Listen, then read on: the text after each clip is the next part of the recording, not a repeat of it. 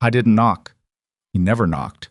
Martin Voss slammed his palm flat on the Thanksgiving table so hard the gravy boat tipped and spilled across the white cloth like a wound opening. He leaned across the spread of food, the food Elara had spent 11 hours preparing, and grabbed her by the collar of her sweater. "You think I don't see what you're doing?" he said. His breath was bourbon and bile. "Sitting there with that face, that face." She didn't fight back. She'd learned not to. Fighting back cost more than it gave. He shoved her. Her chair scraped back and she caught herself on the edge of the table, her palm pressing into the cranberry sauce, the cold red of it spreading between her fingers. Her aunt looked at the ceiling. Her cousin checked his phone. Her stepmother picked up her wine glass and held it with both hands like it was the most important thing in the room. Nobody moved. Nobody said a word. And then the doorbell rang. If you've ever sat at a table where you were invisible, where the people who were supposed to love you looked straight through you, this story is going to stay with you. Hit that like button right now and drop your city or country in the comments below. I want to see how far this story travels. Subscribe if you haven't already, because the stories coming to this channel are not ones you want to miss. Now, stay with me. Because the night Elara opened that door changed everything. Part 1. The Man at the Door. She wasn't going to open it. Her hand was still sticky with cranberry sauce. Her collar was stretched out of shape where her father had grabbed it, and her hip ached from where the table corner had caught her when she stumbled.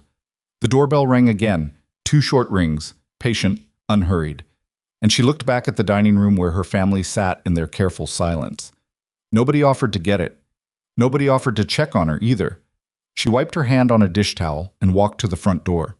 The man standing on the porch was not someone she recognized, but she understood immediately that he was not a neighbor and not a delivery driver, and not anyone who had come to this house before. He was tall and still in the way that certain men are still, not with ease but with control. Like stillness was a decision he made deliberately, every second. Dark coat, no hat. The cold November air came off him like he hadn't noticed it. He had dark eyes, the kind that took stock of everything without advertising the fact. He looked at her face, the redness on her jaw from where her father's knuckle had caught her on the backswing of his arm, the way she was holding herself slightly off-center. And he didn't pretend not to see it. Most people did. Most people performed a kind of trained blindness that was more insulting than anything they could have said. He looked directly at her face, and he didn't look away. "Is Martin Voss home?" he said. Not a question, a fact being checked against a list. "Who are you?" "My name is Damien Valenti." He said it like the name was a stone being placed on a table between them, flat, deliberate, giving her time to place it. "I have business with your father." She knew the name. She didn't know from where at first. It came the way certain information arrives, through the peripheral, through overheard conversations at the wrong end of a bad phone call, through the particular way her father's voice changed when he thought no one could hear him. Martin Voss was a man who owed money to people who were not banks. She had understood this for a long time without fully naming it. "It's Thanksgiving," she said. "I'm aware." She should have sent him away. She should have said her father wasn't home, or told him to come back Monday, or done any number of the practical things a person does when a dangerous stranger arrives at the door. Instead, she stepped back and let him in, and she wasn't entirely sure why. Maybe it was because his eyes hadn't slid away from her face. Maybe she was that starved for it. Martin Voss came out of the dining room with his chest forward and his jaw set, the way he always moved when he was trying to outrun the fact that he was afraid. He stopped when he saw Damien Valenti. The chest deflated by about an inch. "Valenti." Her father's voice changed. She'd known it would. "This isn't... I told your people, I need 2 more weeks. I know what you told my people." Damien's voice didn't rise. It didn't need to. "I stopped listening to what you tell my people about 6 weeks ago." Elara stood near the hallway. She should have gone back to the kitchen. She stayed. Her aunt appeared in the dining room doorway, looked at the scene, and disappeared again. Her cousin got up from the table and went upstairs. Her stepmother did not come out at all. "I have the money," her father said. "Nearly all of it. I just need $240,000, Martin." Damien let the number land. "Not nearly. All of it. I can liquidate some assets." "You don't have assets. I've looked." Martin Voss's face went through several colors. Elara watched him and felt something cold and distant, like watching a fire from across a field. She'd spent so much of her life being afraid of this man, and now here was a stranger in their hallway making him small, and the thing she felt was not satisfaction. It was closer to grief. For the years she'd spent being afraid of something this reducible. "I could make arrangements," her father said. "Payment plan, something structured. I didn't drive here on Thanksgiving night to negotiate payment plans." Damien turned then and looked at Elara. Not in a way that made her feel looked at the way her father's gaze made her feel looked at. Appraised, found wanting, catalogued for later use. Just looked at. Like she was a person standing in a hallway who might have something relevant to say. "You're his daughter?" "Elara," she said. "Do you work, Elara?" It was such an ordinary question that it almost knocked her sideways. "Yes. I'm an accountant. Corporate financial analysis mostly. I'm between positions right now." Something in Damien's expression shifted slightly. Not much. A recalibration. "Between positions. I was laid off 3 months ago. I've been—" She stopped. She didn't know why she was telling him this. "I've been here, helping out." Her father made a sound that wasn't quite a laugh. "Helping out, right. Living here rent-free and calling it—" "Martin." Damien said the name once. Just once. Her father went quiet. Elara stared at the wall. Damien studied her for a moment. The kind of study that was assessment, not judgment. There was a difference. And then he said, "I have a proposal." They ended up in the kitchen because the dining room had the remnants of dinner in it, and Elara had gone in there automatically, the way she always defaulted to practical movement when she didn't know what else to do with herself. She put water on for coffee because it was something to do with her hands, and Damien Valenti sat down at the kitchen table like a man who sat at strangers' kitchen tables with some regularity and had long since made his peace with it. Her father stood in the doorway. "I wasn't invited to sit." He didn't seem to notice, or maybe he did and didn't want to press it. "I need an executive assistant," Damien said. "Someone who can manage financial systems, organize records, identify gaps in operational structure. My last person left abruptly, and the disorganization is becoming a problem." He looked at Elara. 3 months. You come work for me. At the end of 3 months, your father's debt is cleared. All of it." The kitchen was quiet except for the sound of the water beginning to heat. Elara looked at her father. He was watching Damien with an expression that was doing a complicated negotiation between relief and humiliation. He didn't look at her. He hadn't asked whether she was all right after she'd nearly been shoved into the table.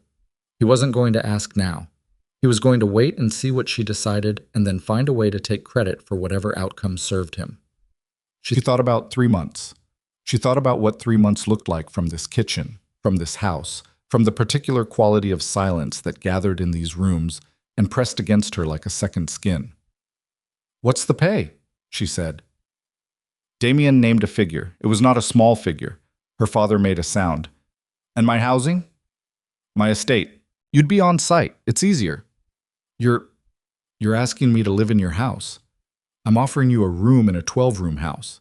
There's a distinction." He said it without any particular emphasis. "You'd have your own space. Your schedule would be your own outside of working hours. I'm not acquiring you, Ms. Voss. I'm offering you a contract." The water was boiling. She turned the burner off. "And if I say no?" Damien looked at her father briefly. "Then I continue to have a conversation with Martin about what happens when a man owes $240,000 to people who are less patient than I've chosen to be." She thought, and it surprised her, the clarity of the thought, that the operative word there was chosen. He'd chosen to be patient. He could choose differently. "I need to pack a bag," she said. "Elaras," her father started. "You should go back to dinner," she told him. She kept her voice even. She'd kept her voice even at this man for 26 years. "Tell Aunt Cora the coffee's ready. I'll handle the dishes before I go." She didn't look at his face to see what it did.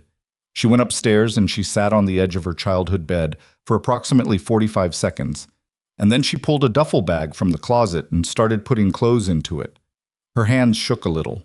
She let them. The shaking wasn't fear, or not entirely. It was the particular full-body vibration that happens when you've made a decision before your brain has finished catching up to the fact that you've made it.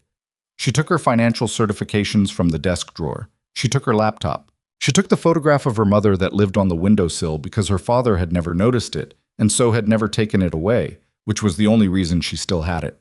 She took 3 sweaters and 4 days of clothes and her good winter coat and the small box of documents that she kept because she'd always understood that important papers were things you carried with you, that you didn't leave them in houses where they could become bargaining chips.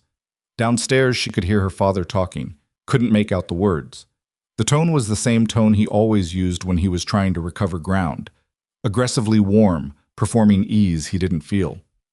She zipped the duffel bag. She went back downstairs and she did the dishes because she had said she would, and because leaving dishes was the kind of thing that would be spoken about, turned into a grievance, used against her character in a story her father would tell people later. She wasn't going to give him that.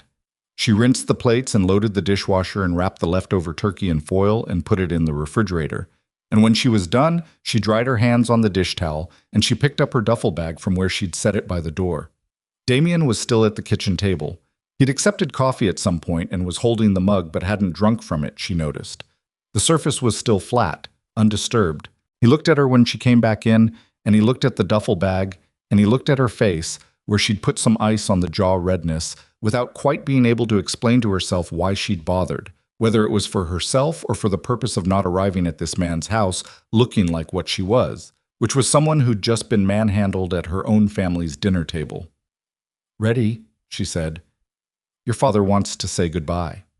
"My father can want a lot of things." She adjusted the strap of the duffel bag on her shoulder. "I'm ready when you are." Damien set the mug down. Still full, she noticed, the coffee she'd made him completely untouched, and he stood up. He picked up his coat. He didn't push her about the goodbye. He didn't say anything about it at all.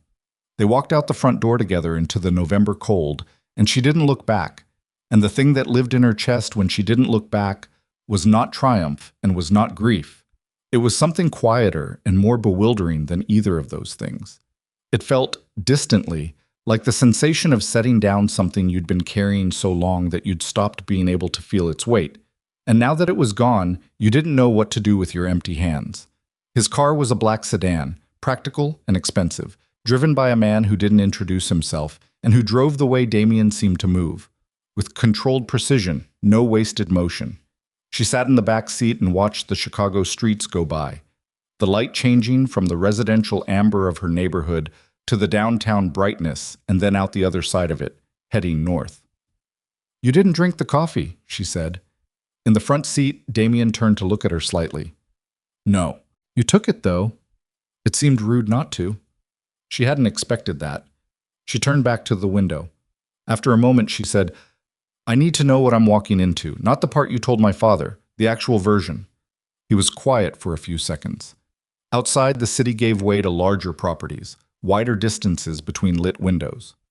"My organization is structured like a business," he said. "In some parts, it is a business.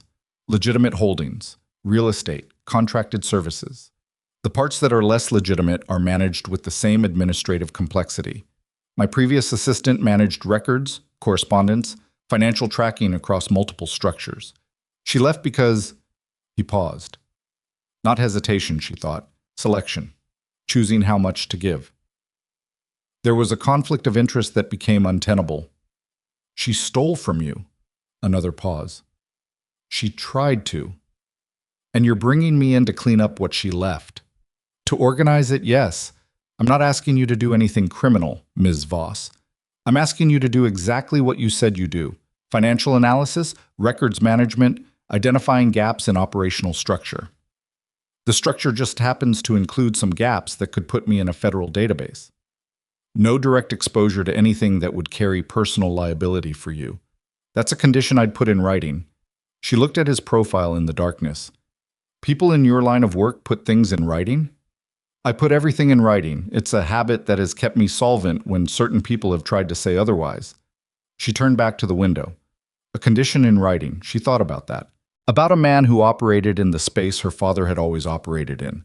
The space of verbal agreements and plausible deniability and debts that existed only in memory, who nonetheless believed in the structure of written terms. It was unexpected. It didn't make him trustworthy, but it was unexpected. The car turned through a gate onto a private drive. She'd expected something that announced itself, columns maybe, or floodlights, the aggressive architecture of men who have too much money and want you to know it at 200 yards. What she got was a house that was large and well-maintained and almost deliberately understated. Stone and dark wood, deep setback from the road, the kind of property that said, "I don't need to impress you, instead of look at me." Inside was the same. High ceilings, good furniture, nothing decorative that wasn't also functional.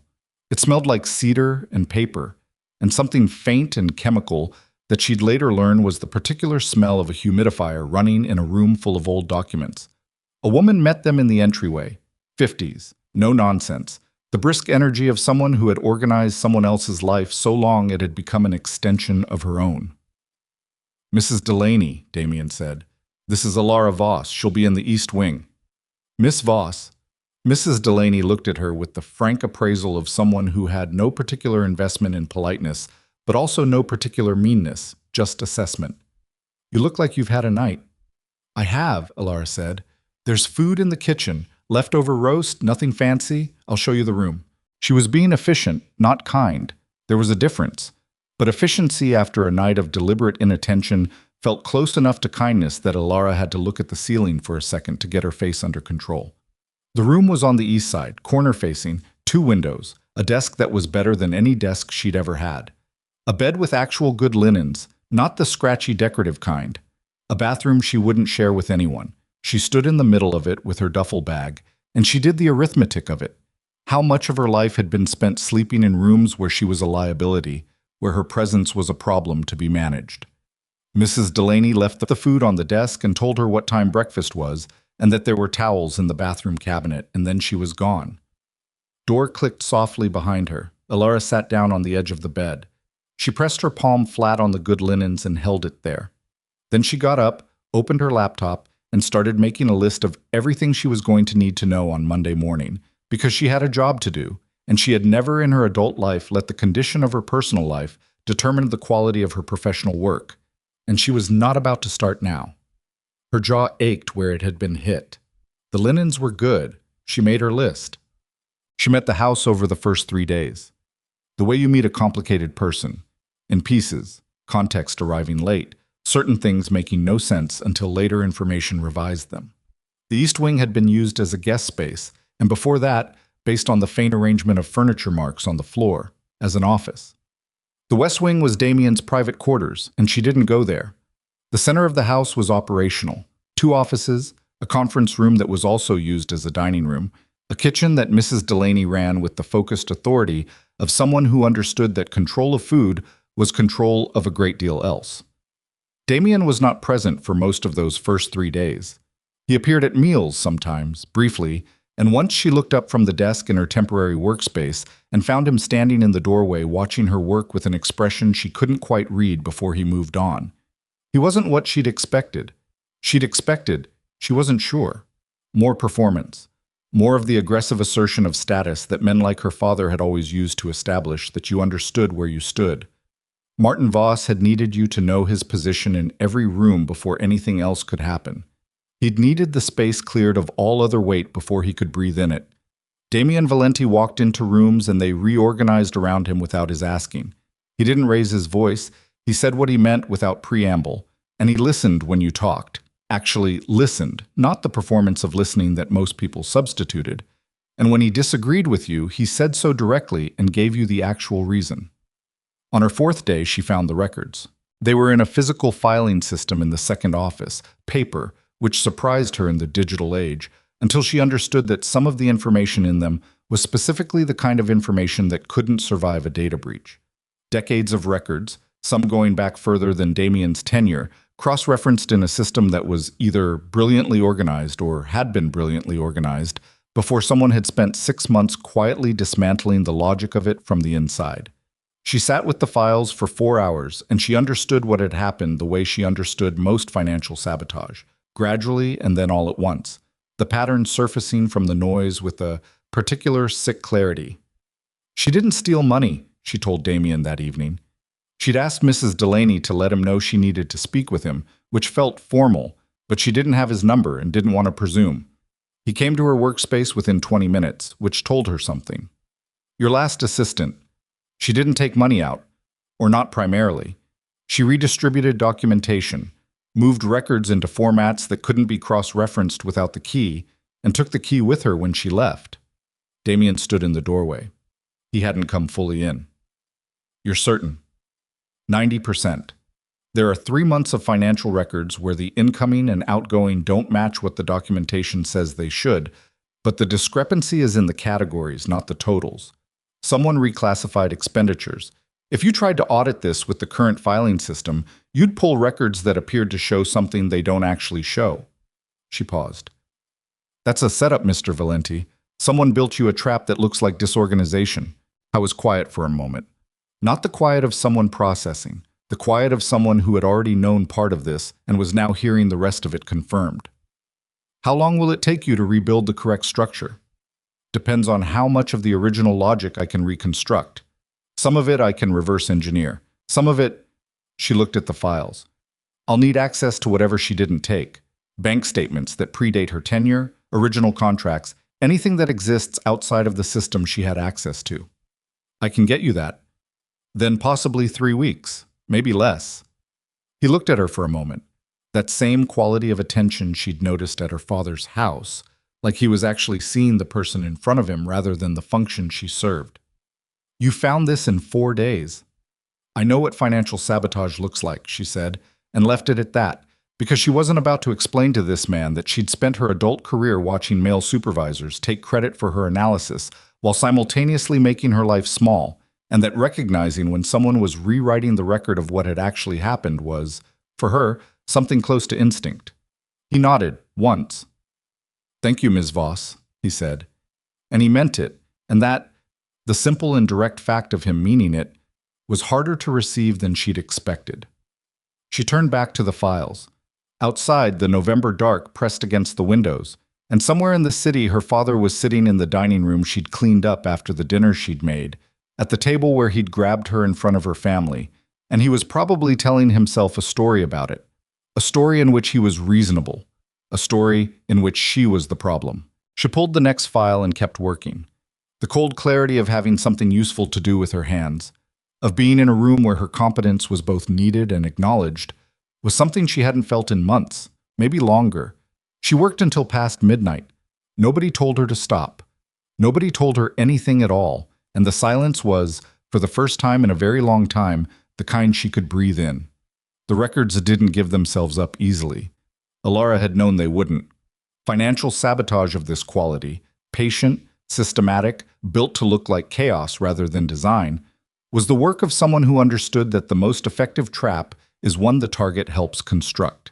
Every misfiled document she pulled, every reclassified expenditure she traced back to its origin, confirmed the same thing. Damien's previous assistant hadn't acted alone, and she hadn't acted quickly. This had been months in the making, possibly longer.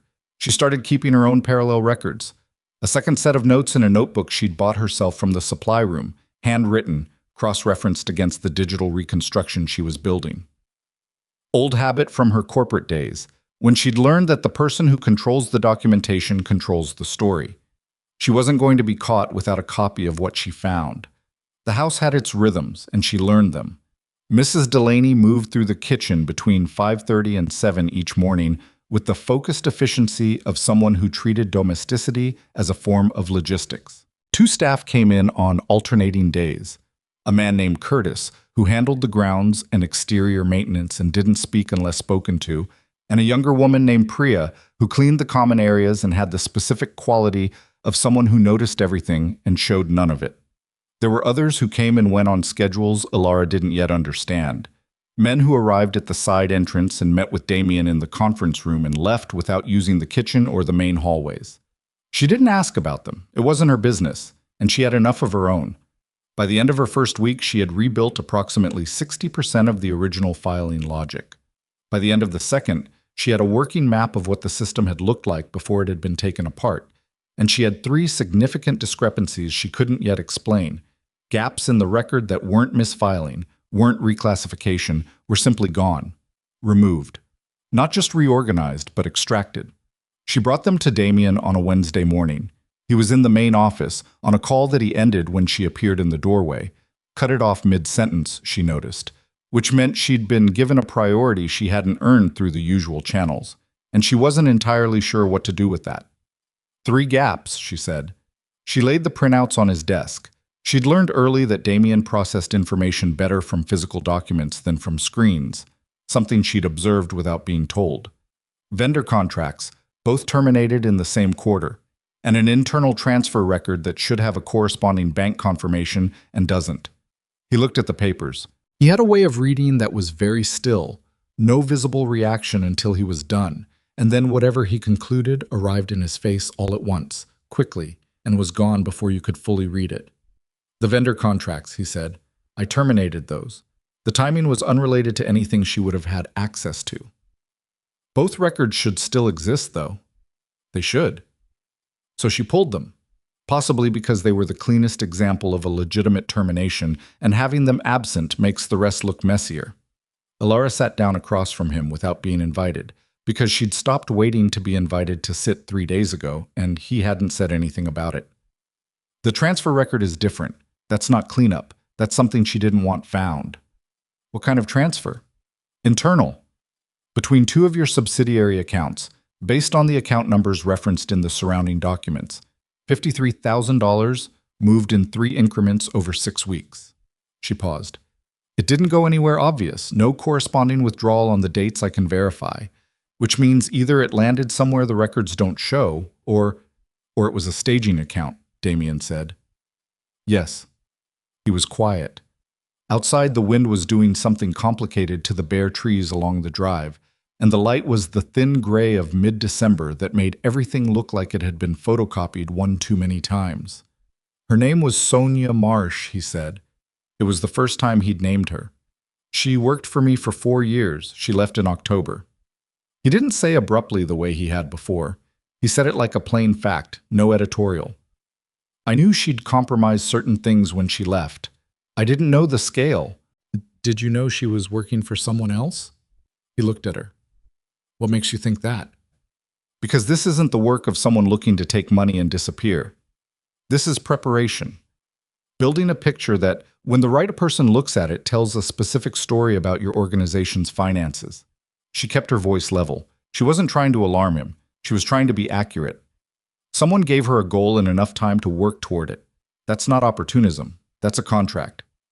The silence that followed was different from his usual silences. Heavier. There's a man named Marco Ravel, he said finally. He controls competing interests in the same distribution networks I operate in. For the last 18 months, he's been looking for a pressure point. He stood up and walked to the window, which she'd noticed he did when he was working through something he didn't want to solve in front of another person. I knew he was making moves. I didn't know he'd gotten inside my house. Elara looked at the papers on his desk. He still has Sonia, or the information she took. Yes. Then whatever she removed from your records, the transfer documentation, he has it, and he can use it to build whatever story he wants, because the documents that would contradict that story are missing. Damien turned back from the window. Can you reconstruct what was there? Partially, enough to show the gap, not enough to fill it. She met his eyes. I need the original bank records. Direct from the institution, not from your internal files. If the account numbers are what I think they are, the transactions will be there independent of anything Sonia could have touched. I can have those by tomorrow. Then I can work with that. He held her gaze for a moment. There was something in his expression she hadn't seen before. Not gratitude exactly, but something adjacent to it, something that had weight because it clearly wasn't given easily. You're good at this, he said. I know, she said, because she was. And she'd spent too many years in rooms where being good at things required constant performance of modesty she didn't feel. She was done performing modesty. Something in his expression shifted, briefly. Almost amusement. Gone before she could be sure. She picked up her papers and went back to work. It was later that same afternoon that she met Vincent. He came in through the main entrance, which was unusual. Most of Damien's professional visitors used the side door, the one that led directly to the conference room and bypassed the rest of the house. Vincent came through the front like he owned it, which told her something about his position before she knew anything else about him. He was a few years older than Damien, she guessed, with the particular ease of a man who had operated for a long time in spaces where ease was its own form of authority, good-looking in a way that knew itself too well. He stopped in the hallway when he saw her, and his expression did something that wasn't quite surprise, more like recalculation. "You must be the new assistant," he said. "Elara Voss." She didn't offer her hand. Something about him made her not want to extend anything into his space. "Vincent Karras," he smiled. "I've known Damien about 15 years. I'm as close to a partner as he allows anyone to get." She registered the word allows, the slight edge in it, the performance of casual commentary that was actually, if you listened for it, a small pressure test. "Good to know," she said, and moved past him toward the office. She felt him watch her go. At dinner that evening, the three of them, because Mrs. Delaney had set the table that way, and nobody had adjusted it. Vincent was charming in the way that men who are used to managing rooms are charming. He directed most of his conversation at Damien, but kept pulling her in, asking her questions about her background, her previous work, her assessment of the filing situation, all in the tone of someone performing interest rather than feeling it. Damien ate and listened and said less than either of them. At one point, Vincent said, "Sonia was with us a long time. It's hard to find someone who understands the particular sensitivities of the work." The particular sensitivities. Elara took a drink of water. "I'm managing fine." "Of course you are." He smiled again. "I just mean, the learning curve can be steep. Some people find the environment difficult to adapt to. I've adapted to difficult environments before." "I'm sure you have."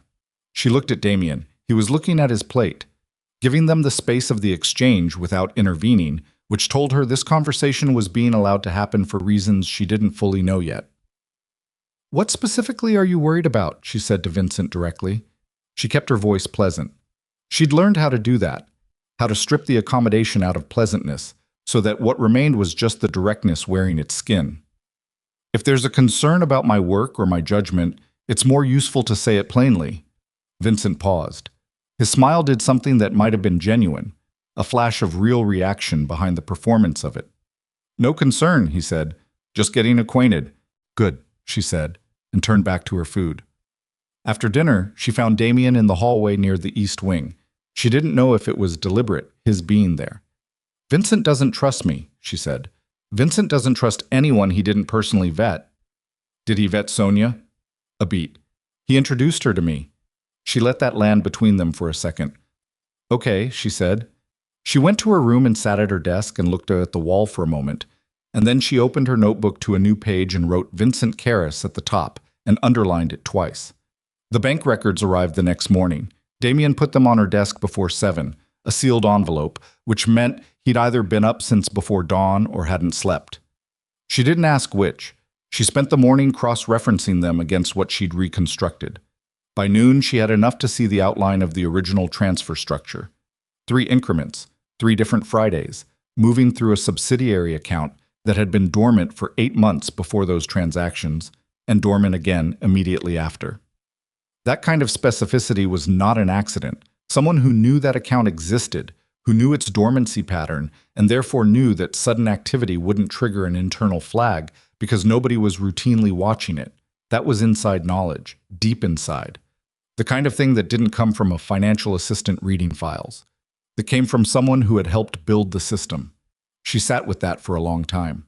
The afternoon went gray and then dark, and she was still at her desk at 4 when Damien's voice came from the office across the hall, raised for the first time since she'd arrived. She couldn't hear the words clearly, but the shape of it, the controlled anger trying to stay controlled and not entirely managing, was unmistakable. She heard a second voice, lower, steadier, Vincent. She didn't move from her desk. 10 minutes later, the front door opened and closed, and then it was quiet. Damien appeared in her doorway. His jacket was gone. He had the look of a man who had spent the last half hour doing the internal labor of getting himself back behind the line. He kept himself behind, and had mostly succeeded. "Vincent is concerned about the scope of your access to the records," he said. "Vincent introduced Sonia Marsh to you," she said. Damien's jaw tightened, just slightly. "I know." "Does he know you know?" "He knows I haven't accused him of anything." "That's not the same thing." "No," he said. "It isn't." She turned back to the bank records, Her pulse was doing something it didn't usually do. Elevated, the particular register of a situation that had just gotten significantly more dangerous than she'd understood it to be. She'd walked into a house. She'd thought she was cleaning up after a disorganized employee. What she was actually sitting in the middle of was something that had been constructed over years by someone who still had access to this house. Mr. Valenti. She kept her voice even. If Vincent Karras helped design the original filing system, he oversaw the setup of the subsidiary structure. Yes. Then the dormant account wasn't an accident. It was architecture. Damien said nothing. He already knew. He was looking at her with the expression she'd come to recognize as the one he wore when he was measuring how much someone understood against how much he'd already calculated. "You've been waiting to see what I'd find," she said. "I hired someone I hadn't personally vetted to do the work. I needed to see how they'd get there." Something moved through her that wasn't quite anger. "You used me to confirm something you already suspected. I used your expertise to build a case I couldn't build myself without alerting the people I was building it against." He said it plainly, without apology, because he didn't apologize for strategic decisions. She'd already understood this about him. "I should have been more direct with you about the full scope. That was a miscalculation." She was quiet for a moment. "A miscalculation," she repeated. "Yes. You can do better than that." A beat. And then something shifted in his face. The careful management of it gave way briefly to something more honest, more tired. "You're right," he said. "I should have told you what you were walking into. I didn't, and that wasn't fair to you. I'm sorry." She looked at him for a moment. It was a plain apology, no performance. She'd heard enough insincere apologies in her life to recognize the specific weight of a genuine one. "I'm going to need everything you have on the subsidiary structure," she said.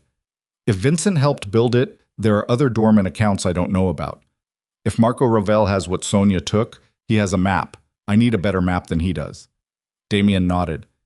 "And I need you to tell me from now on what I'm actually doing," she said. "Not a version of it. All of it." "Agreed." She turned back to her desk. "Then get me the files." The files arrived in 2 boxes, and she spent the rest of the evening going through them with the particular ruthlessness of someone who no longer had any patience for being kept in the partial dark. The subsidiary structure was more complex than she'd initially understood. 7 entities, some legitimate, some operating in legal gray zones, all of them interconnected in ways that Sonia Marsh would have had years to map if she'd been looking. And she had been looking. The evidence of it was in the small touches, the unnecessary detail in certain file categories that had no operational purpose but served perfectly as orientation points, breadcrumbs left for someone who knew what they were looking for.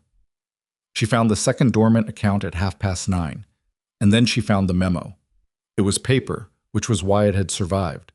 A single page tucked inside a folder of routine maintenance invoices, exactly the kind of place no one would look who wasn't already looking, handwritten, the handwriting not matching any of the organizational documents she'd been working with.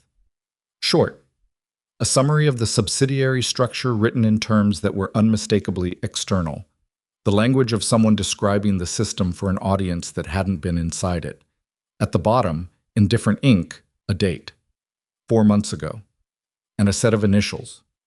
Not Sonia's. Not Vincent's.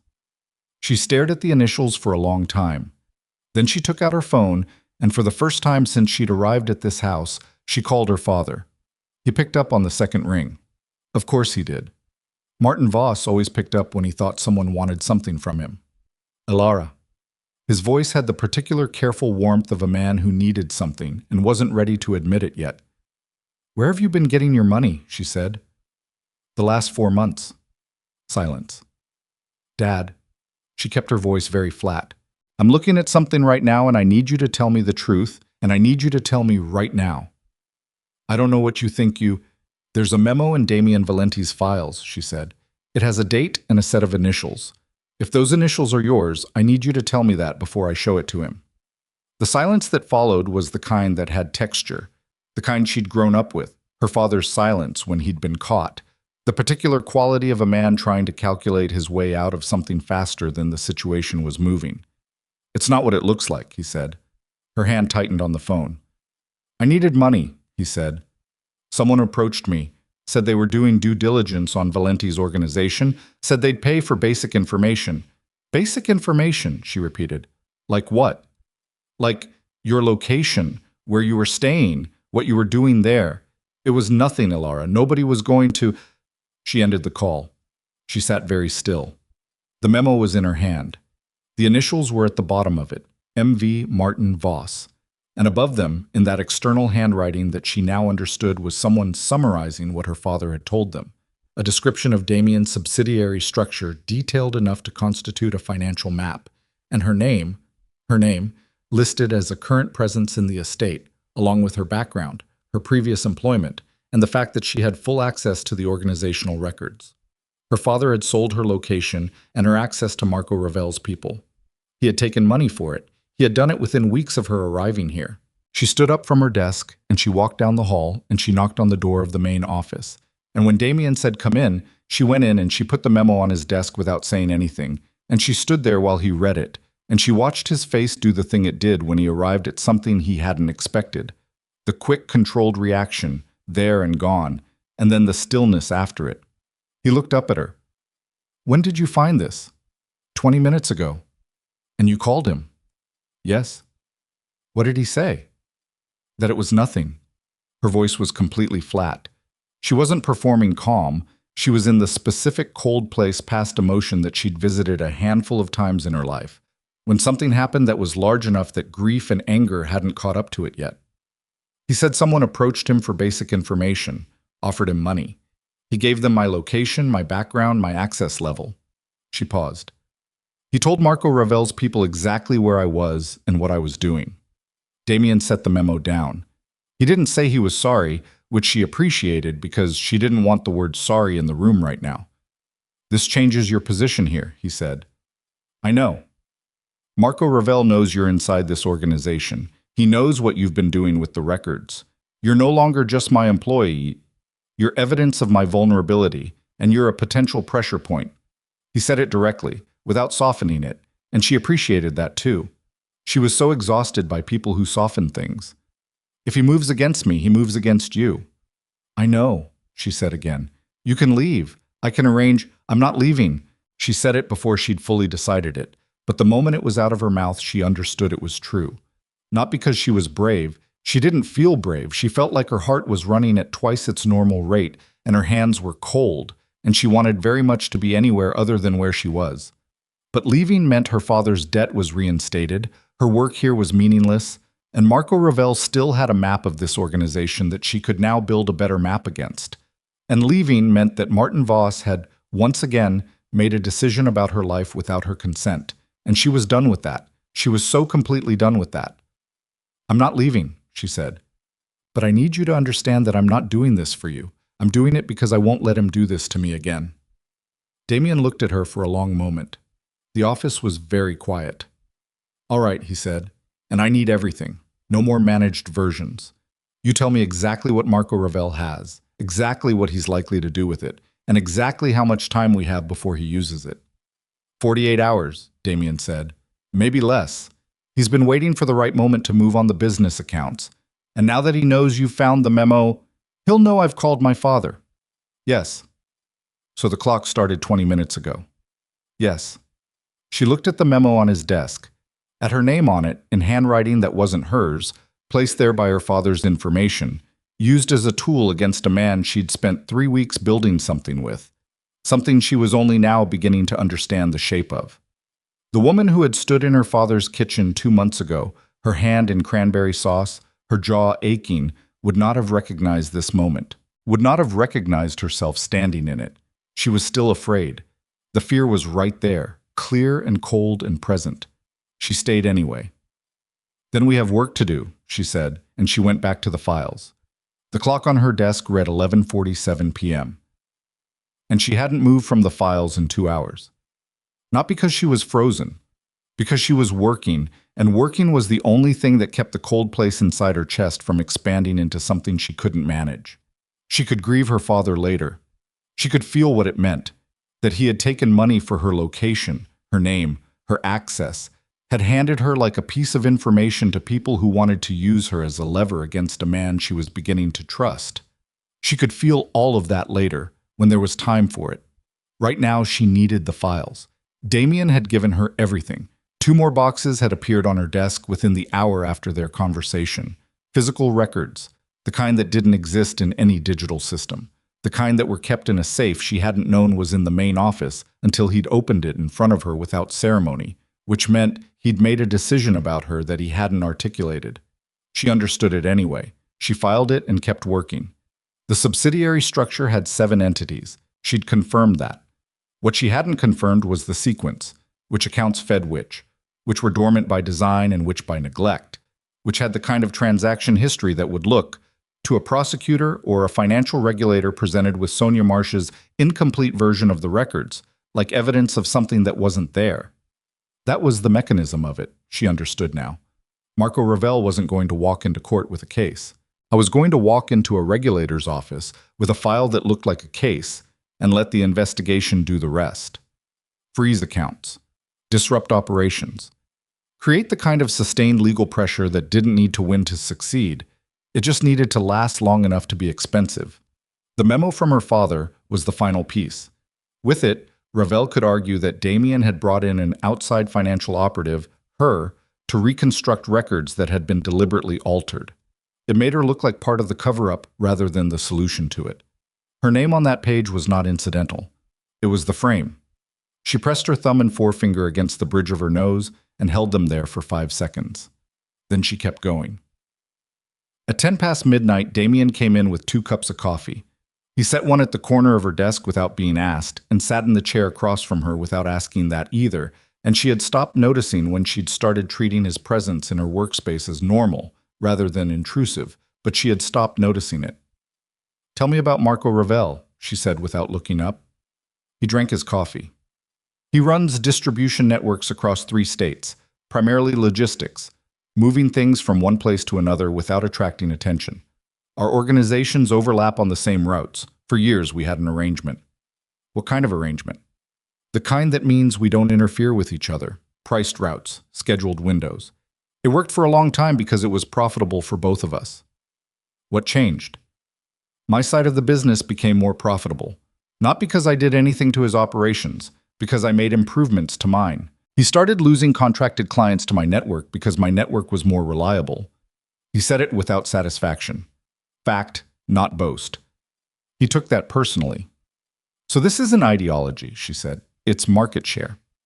"It's always market share. The personal is just the language men like him use when they can't say the actual thing." She looked up at him then. He was watching her work, not with the surveillance quality that certain kinds of observation had, but the way someone watches another person do something they find genuinely interesting. "The file he has," she said, "the one Sonia gave him. What's in it that's actually damaging versus what's just configured to look damaging?" "The transfer records from the dormant account." He set his cup down. "Taken out of context, they look like cash movement through a shell structure. In context, they're internal transfers between legitimate subsidiary accounts to manage tax timing. Completely legal. But without the corresponding documentation, which Sonia removed, there's no context. And with my father's memo added to it. It looks like I brought someone in to rebuild a narrative after the fact." She looked back at the files. "The original documentation. The pieces Sonia removed. Is there any version of them that exists outside this house?" "The accountant who set up the structure. His name was Peretti. He died 18 months ago." She stared at the page in front of her. "Conveniently. His death was an accident, I believe that. He was 73 and he had a bad heart." He paused. "But I also know that certain people were aware of his health, and that his death was convenient for someone, and that the timing put us in exactly the position we're in now, dependent on records that no longer have an independent verifier." "Did he leave anything? Backup records? Personal copies?" "That's what I don't know." She looked at him steadily. "Peretti set up the subsidiary structure. He would have kept working copies. Accountants always keep working copies. It's not vanity, it's professional habit. You never want to be in a position where you can't reconstruct your own work if someone challenges it. His estate was settled by his daughter. She lives in..." The door to the East Wing hallway opened. They both went still. Mrs. Delaney didn't come in at midnight. Curtis and Priya were not on site overnight. Elara looked at Damien and saw him already moving. Chair pushed back quietly, body repositioned, the particular quality of readiness that she hadn't seen in him before and recognized immediately for what it was. The footsteps stopped outside the office door. Vincent Karras opened it. He looked at both of them, and his face did the thing it always did, the performance of easy confidence over whatever was actually running underneath. But it was thinner tonight, stretched. "Working late," he said. "Yes," Damien said. His voice was even. Elara understood, watching him, that this conversation had been inevitable for a while, and that Damien had known it was coming and had been deciding when to have it, and that the when had just been decided for him. "Elara," Vincent looked at her. "You've been busy." "I have," she said. He came in. He sat down in the chair nearest the door, the posture of someone who wanted to appear relaxed and had miscalculated the distance between where he sat and where the exit was. "I've been thinking about the record situation, about what you might have found." "Have you?" Damien said. "I think there's a way to handle this that doesn't require—" He paused. "That doesn't require unnecessary exposure of certain structural decisions that made sense at the time, but might look different now." The room was very quiet. "Say what you mean, Vincent," Damien said. Vincent's jaw tightened. The ease dropped another degree. "There are things in those records that have my signature on them. From years ago, when the structure was being set up. I made recommendations that Peretti implemented, and the documentation reflects that." "I know," Damien said. "A beat. You know. I've known for some time that you had more contact with Sonia than you told me." The silence that followed was a different kind. Not the silence of tension, but the silence of a thing being named that had existed unnamed for a long time, and the particular stillness that came after naming it, when both people in the room had to decide what to do with the name. "I wasn't working against you," Vincent said. The performance was almost entirely gone now. What was underneath wasn't quite fear. It was the particular look of a man who had made decisions he'd convinced himself were manageable, and was now watching them become unmanageable in real time. "She came to me, said she had concerns about the direction of the organization, about Marco putting pressure on certain routes. I gave her some context. I didn't know what she was going to do with it." "You gave her the subsidiary structure," Elara said. Vincent looked at her. "I gave her information that was relevant to her job." "You gave her the dormant account reference, the one that doesn't appear in her official access records." She watched his face. "I found it this afternoon. The account number appears in a handwritten notation in a folder she had no documented reason to access. The notation is in different handwriting from the rest of her files." She paused. "Your handwriting is on several of the original setup documents. I have enough to make the comparison." The silence had weight now. Real weight. "Vincent?" Damien's voice was quiet, quieter than it had been all night. "Did you know she was taking information to Ravel?" A long moment. Vincent's hands, resting on his knees, were very still in the way that hands are still when the person they belong to is working hard to keep them that way. "I suspected," he said. "By the time I understood what she was building toward, she was already gone." "And you didn't tell me?" "Because I didn't know how much of it I could explain without—" He stopped.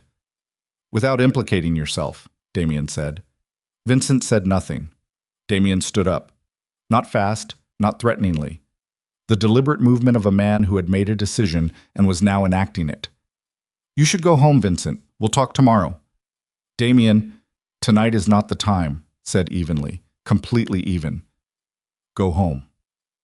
Vincent looked at him for a moment, and then at Elara, and something moved through his expression that she couldn't entirely read. Not regret, not quite, but something adjacent to it.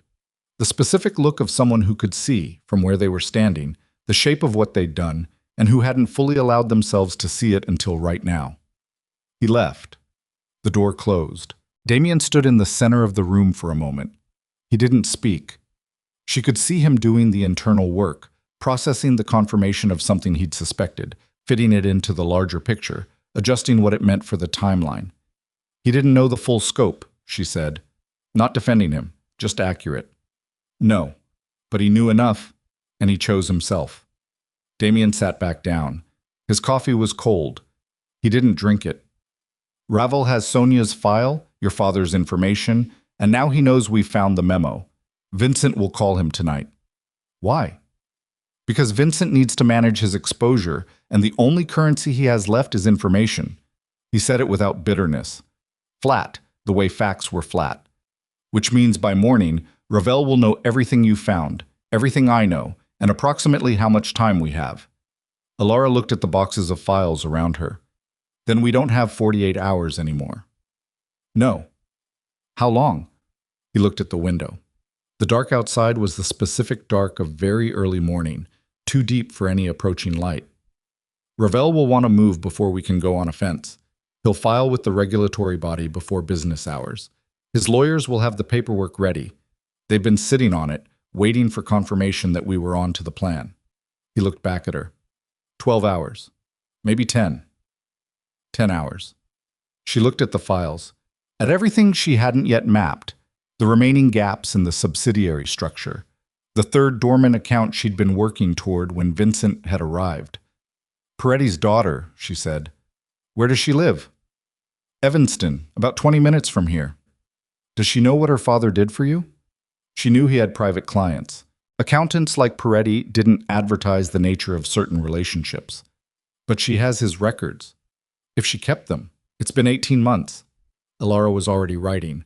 People who lose someone they love don't throw away that person's work, especially not the professional materials, especially not if the person was proud of what they did. She thought of her mother's photograph on the windowsill, the one her father had never noticed. The things you kept because they were the last versions of someone. She kept them, or she stored them somewhere. Either way, if Peretti built that subsidiary structure, he documented it the way he documented everything, and a copy of that documentation exists somewhere outside this house. And that copy is the only thing that puts real context around what Ravel is going to file. Damien was watching her. I need her address, Elara said, and I need to get there before 6 a.m. He gave it to her. She kept working through the rest of the night, and he stayed in the room, and they didn't speak much, and the silence between them was the kind that had been built slowly out of actual things. Her finding what he'd needed found, his telling her what she'd needed told, his apology that had been a real apology, the memo with her name on it that he'd read without turning it into something about himself. She was aware of him on the other side of the desk, with a specificity she hadn't allowed herself to be aware of before, and she put it aside because there was no room for it tonight, and also because she wasn't ready, and she'd learned to respect what she wasn't ready for.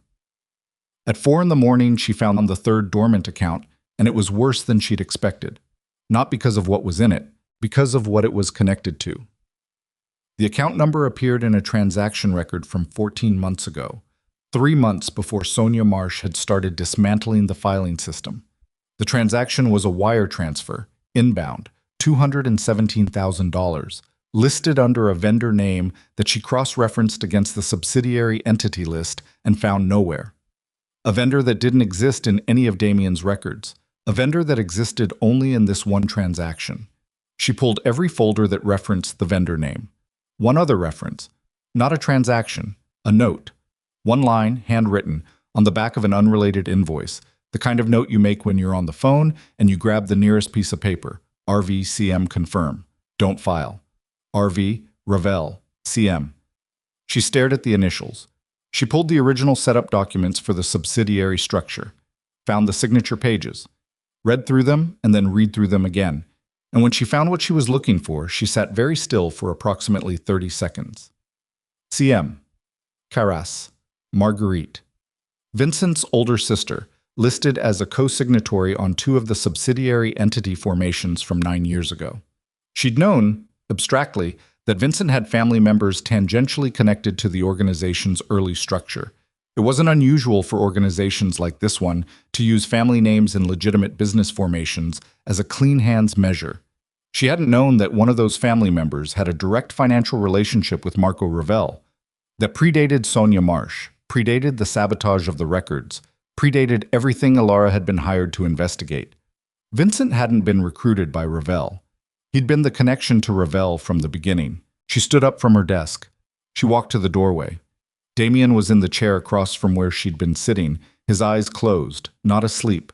She could tell by the particular quality of stillness, the readiness in it, just resting. Damien. He opened his eyes. Vincent didn't get approached by Ravel through Sonia, she said. He was already connected to Ravel before Sonia, before any of this. There's a transaction and a signatory link that goes back 9 years. She held up the pages. His sister co-signed 2 of your subsidiary formations. She has a direct financial relationship with Ravel that runs parallel to her connection to your structure. Vincent built you a bridge and put Ravel on the other side of it before you knew the bridge existed. Damien was on his feet before she finished speaking. He took the pages. He read them. His face did the thing, the quick contained reaction, the stillness after. And then he set the papers down on the desk, and he pressed both palms flat on the surface, and he stood there for a moment with his eyes closed. She didn't say anything. She let him have the 30 seconds.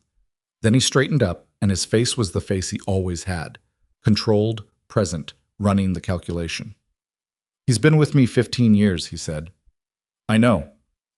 Everything I built after Peretti retired, Vincent had access to. Yes.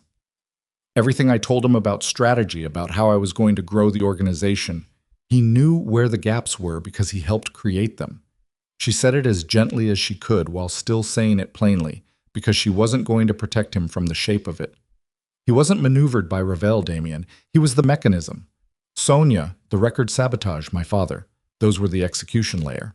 Vincent was the architect. Damien picked up his phone. He stared at it for a moment, not deciding whether to make a call, but deciding what the call would mean, what came after it. She understood that what he was holding was 15 years of something he'd believed was real. And the moment he made the call, it would stop being something he could reconstruct a different explanation for. He made the call. Short. 3 sentences. He gave an address and a name and said to make sure he didn't leave. Then he ended it. Then he looked at her and said, Peretti's daughter, we need to go now. They left the house at 4:22 in the morning, the same driver from the first night at the wheel, no explanation given or apparently needed. The streets were almost empty, the specific emptiness of the city in the last dark hour before anything begins again. She sat in the back seat with the transaction pages in her hand, and she thought about her father, and she thought about Vincent, and she thought about 9 years and 15 years, and how long certain deceits had been running before anyone looked at them directly. And she felt something that was not grief and not anger, but was somewhere underneath both of them, the geological layer beneath the emotional weather. Something like the specific loneliness of discovering that the corruption around you goes deeper than you'd allowed yourself to believe. She'd known her father was weak.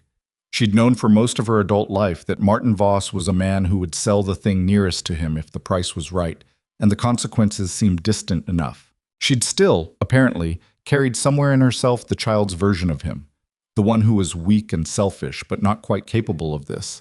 Not quite capable of taking money for her name and her location and handing it to people who would use it as a weapon. That child's version was gone now. She was a little surprised by how clean the absence felt. The car stopped in front of a narrow townhouse on a quiet Evanston street. The lights were off. Of course they were. It was before 5 in the morning on a Thursday in December. Damien looked at her. She doesn't know me, he said. She wouldn't open the door for me. Elara looked at the dark house. Give me 10 minutes, she said. She went to the door alone. She knocked, not loudly, not trying to frighten, just to be heard. She waited. Knocked again, a little louder. A light went on upstairs. Footsteps. The door opened on a chain, and through the gap a woman in her 50s looked at Elara with the flat expression of someone who has been woken before dawn and has not yet decided how to feel about it. My name is Elara Voss, she said. Your father was Giulio Peretti. He built a financial structure for an organization I'm currently working with, and the documentation that would prove the legitimacy of that structure has been taken by someone who intends to use its absence to destroy what your father built. She looked. I think your father kept copies. I think he would have kept copies because he was good at his work, and he understood that the value of that work could only be defended by someone who had the complete record of it. She paused. I'm not asking you to do anything except let me look. I'll be gone before 6. And if I'm wrong and there's nothing, then you've lost an hour of sleep, and I've lost nothing. The woman on the other side of the chain looked at her for a long moment. My father talked about his work, she said slowly. He said he'd built something that would stand up, that the structure was clean and he could prove it. I believe him, Elara said. I need to be able to prove it for him. The chain came off the door. Inside, in a basement storage room that smelled like old paper and cedar. The same cedar smell as Damien's house, she noticed, the smell of careful preservation. There were 12 boxes of Giulio Peretti's professional records, labeled in his handwriting, organized by client code and year. The woman stood in the doorway while Elara went through them, not helping but not leaving either, holding a cup of coffee she'd made for herself and watching with the expression of someone who was still deciding whether to be afraid. Elara found it in the fourth box, a complete working copy of the subsidiary structure. Every entity, every account, every transaction from the formation through the last year, Peretti had managed it, annotated in the margins in his handwriting, not for a client, not for presentation, just the private notations of a man who thought on paper. The dormant accounts labeled correctly, their purpose explained in the shorthand of someone who knew the material so well he wasn't writing for an audience. And at the back, a letter, addressed to no one, undated. The handwriting of someone writing for themselves, the way old men sometimes did, setting down the record of what they'd built, not for posterity exactly, but for the satisfaction of having said it plainly at least once. The structure is clean. Every element was designed for legitimate tax and liability management. Any reading of the accounts that suggests otherwise is a misreading, willful, or ignorant. I built it to stand. If it is ever questioned, the documentation I have kept will answer every question. She stood in the basement with the letter in her hand and the boxes around her and the overhead light buzzing slightly, and the woman in the doorway watching her, and she thought, he knew. He kept this because he knew someone might come looking someday, and he wanted to be able to answer from wherever he was. She thought about her mother's photograph on the windowsill, the things you keep because you know they'll matter. She went back upstairs. Damien was still in the car. She knocked on the window, and he got out, and she showed him the letter, and she watched his face read it, and she watched what the reading of it did to him. Not relief, not yet, something more complicated than relief. The specific expression of a man who had built something in good faith and had watched it be dismantled by people he trusted, and who was now holding the proof that the original thing had been worth building. "We need to copy these," she said. "All of them. Is there anywhere?" "My lawyers," he said. "I'll call them now." "At 5 in the morning. They're paid to be available at 5 in the morning. She looked at him. He was looking at the letter. His jaw was set, the way it got when he was holding something in that had weight. Damien. She said his name, his first name, for the first time, and she hadn't planned it. It had just come out that way. "We have what we need. Not everything, but enough." He looked at her. The early morning dark was behind him, and the townhouse light was on them both, and she was holding a dead accountant's letter, and the ground beneath everything that had happened in the last 24 hours had just shifted, considerably. "We have enough to stop the filing," he said, "if we move in the next 4 hours. He nodded. He made the call. His lawyer's office was 40 minutes away, and they would be there in 20, because that was the kind of firm that was paid to be available at 5 in the morning, and that understood what it meant when Damien Valenti called before dawn. Elara went back into the basement to begin organizing which records needed to be photographed and which needed to be physically transported, and she was pulling the third box when her phone rang. Unknown number. She almost didn't answer. She answered. The voice on the other end was smooth and unhurried and completely unintroduced, which meant it expected her to know who it was, and after 3 seconds she understood that she did know, because she'd read enough about this man to recognize the shape of how he spoke. The particular confidence of someone who had been 2 moves ahead for so long, they'd stopped thinking about the board. "Ms. Voss," Marco Ravel said, "I understand you've been very busy tonight." She didn't say anything. She looked at the boxes around her. "I wanted to let you know," he said, "before things move forward, that the filing was submitted at 4:45 this morning, not to the regulatory body, to a federal task force that's been building a case against Damien Valenti's organization for the last 2 years. A pause. "The case file includes your name, your financial analysis, and a statement from your father describing your deliberate involvement in the reconstruction of records to obscure evidence of financial fraud." The basement was very cold. She hadn't noticed the cold before. "Your father's statement was notarized this afternoon," Ravel said. "It describes in considerable detail your efforts to help Valenti conceal the nature of his financial operations. It identifies you as a co-conspirator." His voice was very pleasant. "You have about 6 hours before federal investigators arrive at the estate. I thought you deserved to know, given that none of this was your idea, originally. A pause. You could still walk away, Ms. Voss. Leave the estate now before they arrive. I can make certain your name is removed from the secondary filing. She heard Damien's voice from upstairs, on his phone, talking to his lawyers. What do you want? She said. I want you to understand that your position is considerably more difficult than you thought it was 3 minutes ago, Ravel said. And I want you to understand that the people you're trying to protect are not the people you think they are. She looked at her father's initials at the bottom of the memo, which she'd brought with her in her folder. Her father had given a notarized statement to a federal filing calling her a co-conspirator. Her father, who had taken money for her location, had now taken what she was doing in this basement and turned it into the weapon it was always supposed to be. Not against Damien alone, but against her.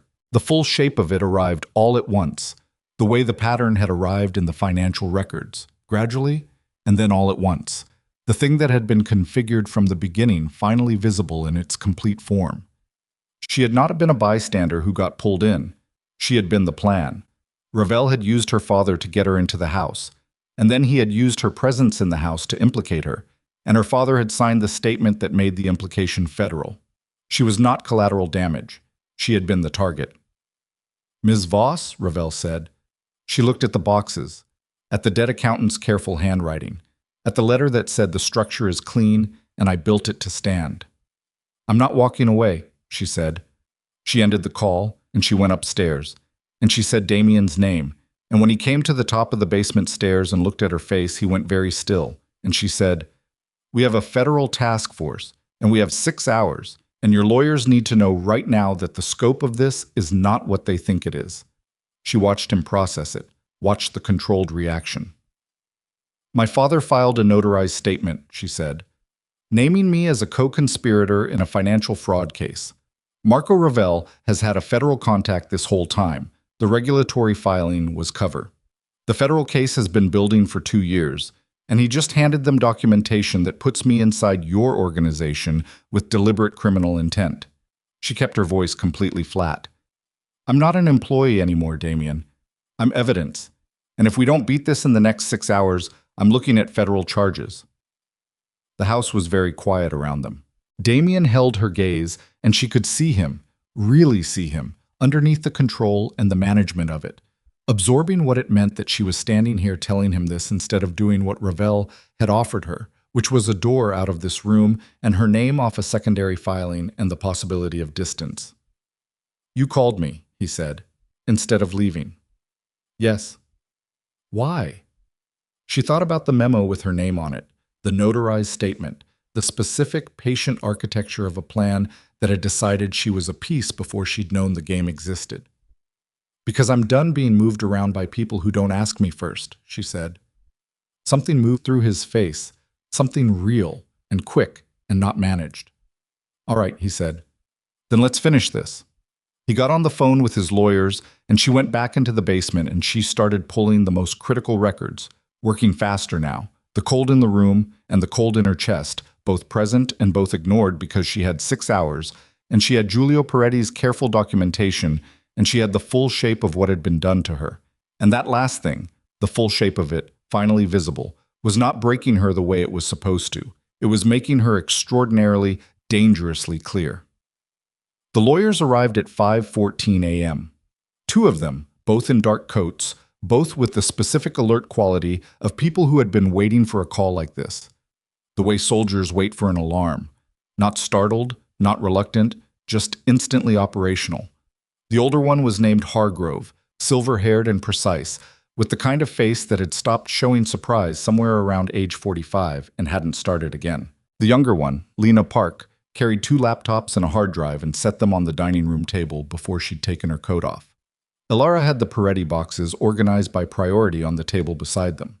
She'd made a list during the drive back, which documents addressed which elements of the anticipated federal filing, which would be most immediately useful to challenge the co-conspirator designation on her name, which needed to be photographed first in case they ran out of time before the originals could be formally submitted.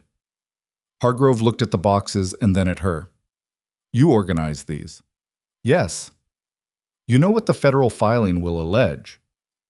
Financial fraud through shell structures, deliberate record alteration, and conspiracy to conceal the nature of certain financial transactions, with me named as an active participant in the concealment effort on the basis of my reconstruction work here. Hargrove looked at Damien. She knows what she's doing. Yes, Damien said, then let's work. The next 2 hours were the most concentrated work of Elara's professional life, and her professional life had contained stretches that would have broken most people. Lena photographed documents while Elara cross-referenced them against the anticipated allegations, building a parallel record that answered each anticipated claim before it could land. Hargrove was on the phone with a federal contact, not a corrupt one, she understood, but a legitimate one, a former colleague who was in a position to flag that exculpatory evidence was being formally submitted before the task force executed, speaking in the clipped, precise language of a man who had done this before and knew exactly which words carried weight. Damien moved through the room with the focused quiet of a man who had handed control of a situation to the people best equipped to manage it and had no intention of disrupting their work. He brought coffee without being asked. He answered questions when Hargrove had them. He didn't pace, didn't perform anxiety, didn't do any of the things that men in his position might have done when their organization was 4 hours from federal contact. At one point, he stopped beside Elara and looked at what she was laying out and said quietly, "The third subsidiary entity, the one with the dormant account. Peretti's notes on it. There's a margin annotation on page 7 of his working copy. Read it." She found the page. The annotation was 3 words in Peretti's cramped handwriting: clean, standalone, unlinked. He was specifically documenting that it had no connection to the primary flow, she said, because someone asked him to document it. She looked up. Who asked him? Vincent asked him. Damien's voice was completely level. 4 years ago, when the structure was being reviewed, Vincent said he wanted clarity on the standalone entities for his own records. A pause. At the time, I thought it was due diligence. She understood. He needed Peretti's confirmation that the account was clean, so he could tell Ravel what to use it for without the use being traceable back to the original structure. Yes. And Peretti wrote it down because that was what Peretti did. He wrote everything down. Which is why we're standing here at 5 in the morning with his boxes. She looked at the annotation again. 3 words, written 4 years ago by a man who is now dead, in a box in his daughter's basement, standing here now as the cleanest rebuttal to a federal allegation that had been 4 years in the building. She thought about the architecture of it, the patience. The years Marco Ravel and Vincent Karras had spent building a trap that used Damien's own organization against him. The particular cruelty of it, that the things Damien had built carefully and documented properly were the things being used to destroy him, just rotated slightly, reframed, stripped of the context that made them legitimate. She thought about her name on the federal filing. She went back to work. At 6:40 a.m., Hargrove got off the phone and came to where Damien was standing near the window. The task force lead is David Morrow, Hargrove said. I know him. He's clean. He runs a legitimate investigation, and he follows evidence where it goes. He received the Ravel filing at 4:50 this morning. He's been assigned to execute contact at 9. He paused. I reached his office. I told them we have exculpatory documentation and a material witness with direct knowledge of the filing's origin. They've agreed to a preliminary meeting before execution. When? Damien said. 8:15, downtown Federal Building. Elara looked up from the table. That's 90 minutes. Yes. The documentation isn't fully organized yet. What we have is enough to open the conversation. The full submission can follow. Hargrove looked at her. You would need to be present, Ms. Voss. Your testimony about the origin of the filing and the circumstances of your work here will be significant. She looked at Damien. You don't have to, he said. I know, she said, and started selecting the most critical documents. The federal building at 8 in the morning had the particular institutional energy of a place that ran at the same pace regardless of what was happening inside it. Security lines, badge checks, fluorescent light, the smell of institutional carpet, and old coffee. Elara sat in a conference room across from David Morrow and felt the specific quality of being assessed by someone who was very good at their job and had no investment in any particular outcome. Morrow was mid-50s, compact, with the kind of stillness that came from years of listening to people in rooms like this one. He had a legal pad and a pen, and he used both of them. He looked at the documents Hargrove laid out. He read Peretti's letter. He read the dormant account annotation. He read the transaction records with the correct context applied. He didn't say anything for a while. Then he looked at Elara. "Walk me through how you found the memo." She walked him through it, all of it, the physical file, the placement inside the maintenance invoices, the handwriting comparison, her father's initials, the phone call she'd made. She was precise and she was complete. And she didn't editorialize because Morrow was the kind of person who would trust precision and completeness and would not trust editorializing.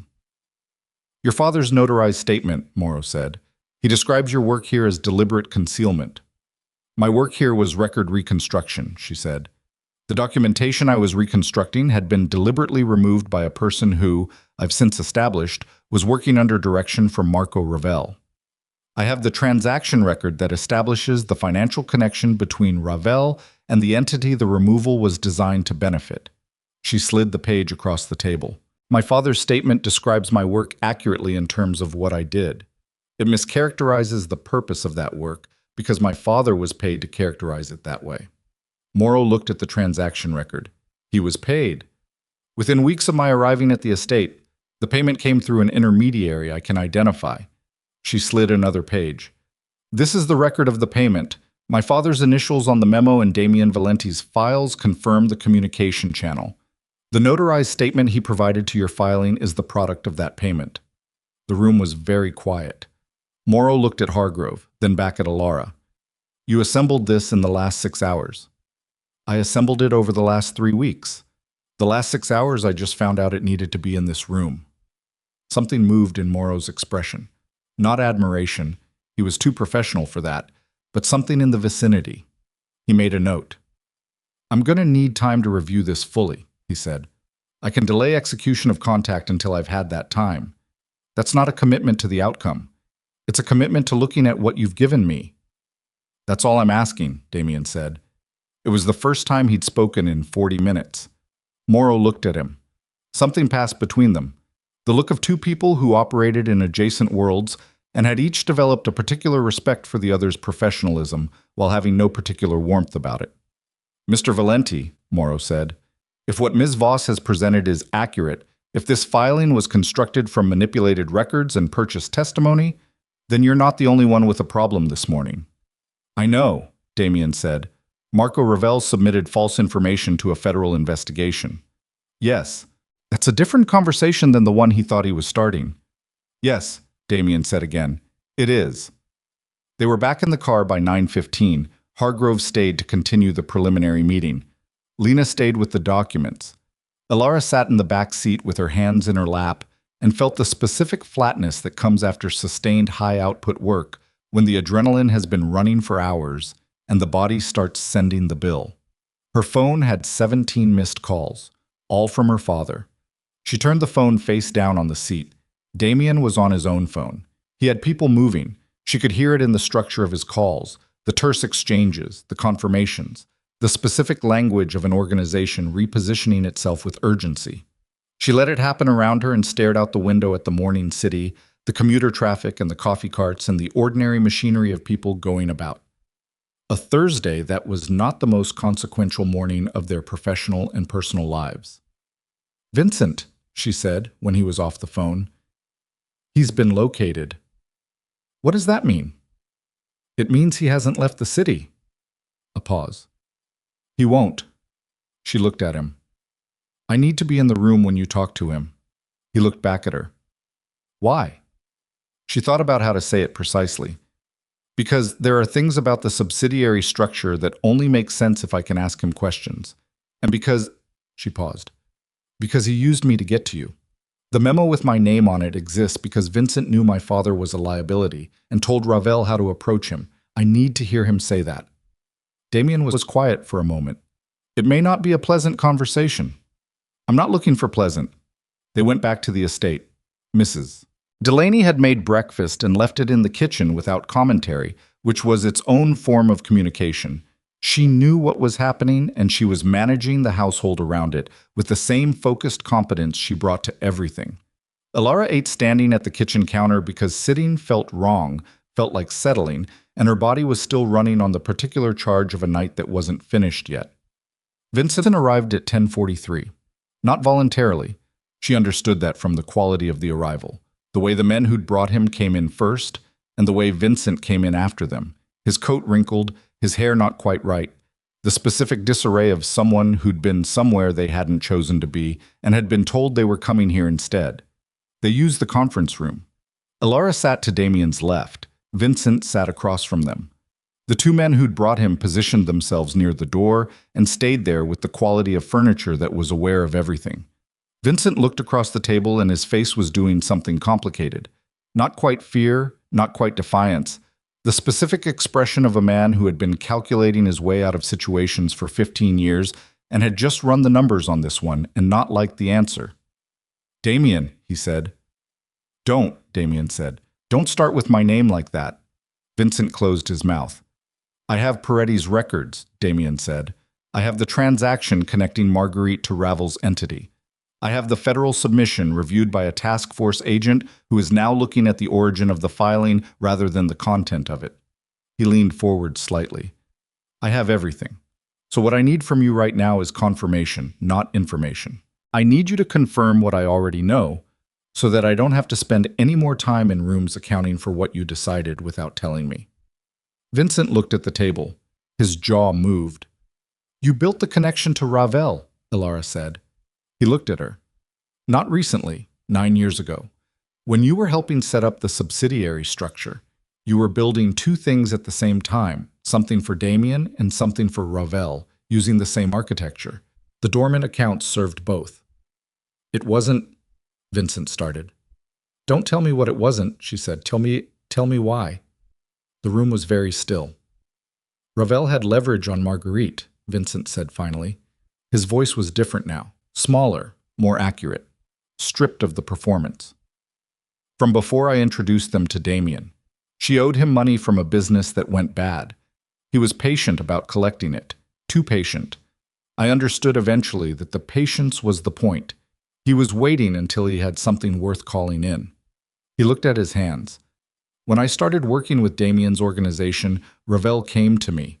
Said Marguerite's debt was forgiven if I kept a channel open. Just a channel. Information. Nothing actionable. Nothing that would directly harm the organization." "Nothing actionable," Damien said. The flatness of it was worse than anger. "That's what he said. That's what I believed." "And Sonia?" Vincent's hands tightened. He asked for someone inside. Someone with financial access. I told him Sonia was looking for work. I didn't tell her why I was recommending her. I thought... He stopped. I told myself I didn't know exactly what he was going to do. "But you suspected," Elara said. "I suspected it would be something I could manage. Something that wouldn't..." He looked up at her. "I didn't know about your father. I didn't know he was going to build a federal case. I thought it was leverage, the kind that gets used in negotiations. Not the kind that ends with federal conspiracy charges with my name on them," Elara said. Vincent flinched. It was the first fully human thing she'd seen him do. "I didn't know about that." "But you called him last night," Damien said. "After you left this house. I called him to tell him to pull back. That it had gone too far." "And?" Vincent said nothing. "What did he say?" Damien pressed. "He said it was already in motion." Vincent's voice had gone flat. "He said the federal contact had been active for 2 years independently of anything I knew about. That the Sonia material was just the final piece. That he'd been building this without me knowing the full scope." He looked at Damien with the specific expression of a man who had believed he was managing a situation and had discovered that the situation had been managing him. "He used me the same way he used Sonia, the same way he used your father," he said to Elara. "We were all just pieces of it." The room was quiet. Elara looked at Damien. He was looking at Vincent with the expression he wore when he'd finished deciding something and was on the other side of the decision. "I need you to give a statement," Damien said, "to Hargrove today. Everything you just told me. If I do that, you're already implicated, Vincent. The statement is the only thing that distinguishes you from Ravel in terms of intent." He said it without compassion, but also without cruelty. Just fact. "You were manipulated. You can establish that. But you have to establish it now, while there's still a distinction to be drawn." Vincent looked at the table for a long moment. Then he nodded, once, the nod of a man who had run out of moves and knew it. Damien stood up. He looked at the two men by the door and gave a direction with a brief movement of his head, and Vincent was escorted out toward a side room where Hargrove could take the statement remotely. Damien stood in the center of the conference room. Elara stayed in her chair. Her body was starting to report in. The specific ache of a night without sleep, the tension she'd been holding in her shoulders since the moment Ravel had called, the jaw that still carried the ghost ache of a table corner from what felt like a different lifetime but was 10 days ago. "He'll give the statement," she said. "Yes." "Will it be enough?" Damien turned to look at her. "Combined with Peretti's documentation and your testimony about the memo and the payment to your father, yes. Morrow has a case against Ravel. Now that's cleaner than anything Ravel handed him. A federal agent doesn't want a manipulated case. He wants the real one." So Ravel overplayed it. He was impatient. He'd been patient for 9 years, and then he was impatient for the last 6 hours, and that's when he made mistakes. Damien looked at the door Vincent had gone through. Patient men are dangerous. Impatient men are beatable. She absorbed that. "My father's statement," she said, "the notarized one, can be challenged on the basis of the payment. The statement was purchased. There's documentation of the purchase." He paused. "His debt to my organization is still on the table." "I know. What do you want done with it?" She thought about the 17 missed calls, about Martin Voss sitting somewhere in the city, having signed his name to a federal document calling his daughter a criminal conspirator, and calling her 17 times since because he was afraid of what came next, and she was still, in his calculations, a resource to be managed. "Let it stand," she said. "Don't erase it. Don't collect it." She looked at Damien. "Just let it exist. Let him know it exists. Let him carry it." Damien looked at her for a moment. "That's harder on him than collection would be." "Yes," she said. "It is." Something in his expression shifted. Something quiet behind the control of it. "All right," he said. Her phone buzzed on the table. Not her father this time. Hargrove. She read the message and her pulse kicked hard. "There's a problem," she said. Damien moved to read over her shoulder, close enough that she was aware of him in the specific physical way she'd been putting aside for days. The warmth of him, the steadiness. Hargrove's message. "Ravel has a second filing, different jurisdiction, not federal, state level, different agency, submitted under a subsidiary of his organization that doesn't appear in any of our documentation. It names the same financial structures but through a different legal pathway. Morrow can't block this one. It goes active at noon. She looked at the time, 83 minutes. "A second filing," Damien said. His voice was completely controlled. "He built a redundancy." Of course he did. She was already thinking, the exhaustion pushed back by the sudden cold clarity of a new problem that needed immediate solving. He's been patient for 9 years. A man that patient doesn't build one mechanism. He builds 2 and keeps the second one invisible until the first one is challenged. The subsidiary it's filed under, it's not in any of our records because it's not in his records. It's a new entity, created specifically for this. She stood up. "What's the financial instrument? What's the state-level mechanism?" "Business license fraud," Damien said, reading further in Hargrove's message. "He's alleging that 3 of the subsidiary entities were formed fraudulently, using false business purpose declarations." "Were they?" "No. But the documentation that proves they weren't is in Peretti's boxes." She grabbed her phone. She was already calculating. 2 of the 3 entities, I saw their formation documents this morning. They have full business purpose declarations, signed, dated, notarized by Peretti himself. She was dialing Lena before she finished the sentence. "The third one." "What? What's the third entity? Which one does he not have clean documentation on?" Damien went very still. "Damien." She looked at him directly. "Which one?" He said a name. She wrote it down. She said it to Lena when Lena picked up, and asked her to find the formation documents in the boxes, and held the phone while Lena went through the photographs they'd taken, and the seconds were loud in the silence of the conference room. "I don't have it," Lena said. "The entity name appears in cross-references, but there's no formation document in what we photographed." Elara looked at Damien. "Peretti's daughter. The basement. We didn't get to the last 3 boxes." He was already moving toward the door. She was right behind him. The driver had the car running before they reached the front step, which meant Damien had signaled ahead somehow, in the compressed efficiency of a man who operated with people trained to move when he moved. In the car, 68 minutes to noon, Elara called Peretti's daughter from the back seat and said she needed to go back into the basement and she needed to go now. And the woman on the other end of the phone was quiet for a moment and then said she would be home. She hadn't left. She'd been waiting to see if they'd need to come back, which told Elara something about the kind of person Giulio Peretti had raised. Traffic was wrong. Not catastrophically, but wrong enough. A construction delay on the route north that cost them 11 minutes they didn't have. Elara watching the clock on her phone while Damien made calls, and Hargrove managed the state-level filing from the federal building, and the driver did everything possible in traffic that had its own logic and didn't care about their timeline. 51 minutes when they pulled up to the Evanston townhouse. She was out of the car before it fully stopped. Peretti's daughter had the door open. Elara went straight to the basement, to the last 3 boxes, pulling the lids off with a speed that wasn't quite frantic. She couldn't afford frantic made you miss things, but close. 3rd box. Halfway down. The formation document for the entity, dated 11 years ago, with Peretti's signature and his notarial seal, and a full business purpose declaration that was 3 paragraphs long and specific and completely, clearly legitimate. She photographed it with her phone, all 3 pages, sent them to Lena, sent them to Hargrove. Then she sat down on the basement floor.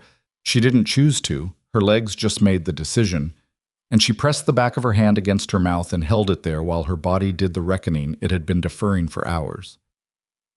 44 minutes to noon. Damien appeared at the top of the basement stairs and looked down at her. "Hargrove has it," she said. Her voice came out steadier than she expected. "He can file a counter with the state agency using the formation document. It directly contradicts the fraud allegation." "Yes," he said. "Will he make it in time?" Hargrove has made things happen in less time with less material. She looked up at him. The basement light was still buzzing. She was sitting on a cold concrete floor in a stranger's house at 10:32 in the morning, having not slept, having spent the night dismantling a 9-year conspiracy constructed specifically to destroy the man standing at the top of these stairs. And she was aware, sitting here, that the thing she felt about that was not exhaustion and was not relief, and was not even the cold satisfaction of having solved the problem. It was something more complicated, something about what it meant to choose to stay in a room when the door was open and you'd been explicitly offered an exit. "Come up," Damien said. "There's nothing else to do down here." She got up. She went up the stairs. Peretti's daughter pressed a cup of tea into her hands in the kitchen without being asked, and she held it with both hands the way her stepmother had held her wine glass at Thanksgiving, except that she actually drank it, because she needed it, because her hands were cold, and she was tired in a way that went all the way down. At 11:47 a.m., Hargrove called. She watched Damien's face as he listened, watched the controlled reaction, watched the stillness that came after it. He ended the call. "Counterfiling accepted," he said. "The state agency has suspended the proceeding pending review of Peretti's formation documents." He paused. "Morrow called Ravel's legal team 20 minutes ago and informed them that the federal filing is under review for false submission. They've gone quiet." She absorbed that. "Is it over?" she said. "The filings are. Ravel still has people and resources and a reason to be angry." He looked at her steadily. "It's not over, but we've taken his weapons." "All of them?" "The ones he thought would finish it, yes." She set the tea down. She was suddenly aware of her own heartbeat in the specific way you become aware of it when it slows. The realization that it had been running fast for so long that slow felt strange. "I need to sleep," she said, "for a significant number of hours." "Yes," he said. "And then we need to talk about what comes next. Because Ravel is still out there, and he's going to rebuild, and whatever he rebuilds next, he's going to build specifically against what we did today." "I know. And I need to be part of that conversation, not as an employee, not as—" She paused, choosing the word. "Not as a piece of the strategy that doesn't know it's a piece. I need to be a person in the room who knows everything." Damien held her gaze. The morning light was coming through the kitchen window now, real light, the kind that had actual warmth in it, and it fell across the space between them, and she was very tired and very awake at the same time, the particular doubled state of someone who has been through something they haven't yet had time to fully understand. "You've been that person from the moment you found the first discrepancy," he said. "I haven't thought of you as anything else in a long time." She looked at him. "Since when?" she said. He considered it, the way he did things. Not performing thought, actually doing it. "Since you told me you found financial sabotage in 4 days and said, 'I know,' when I said you were good at it." The corner of his mouth moved, not quite a smile, something more honest than a smile. "Most people apologize for knowing what they're capable of."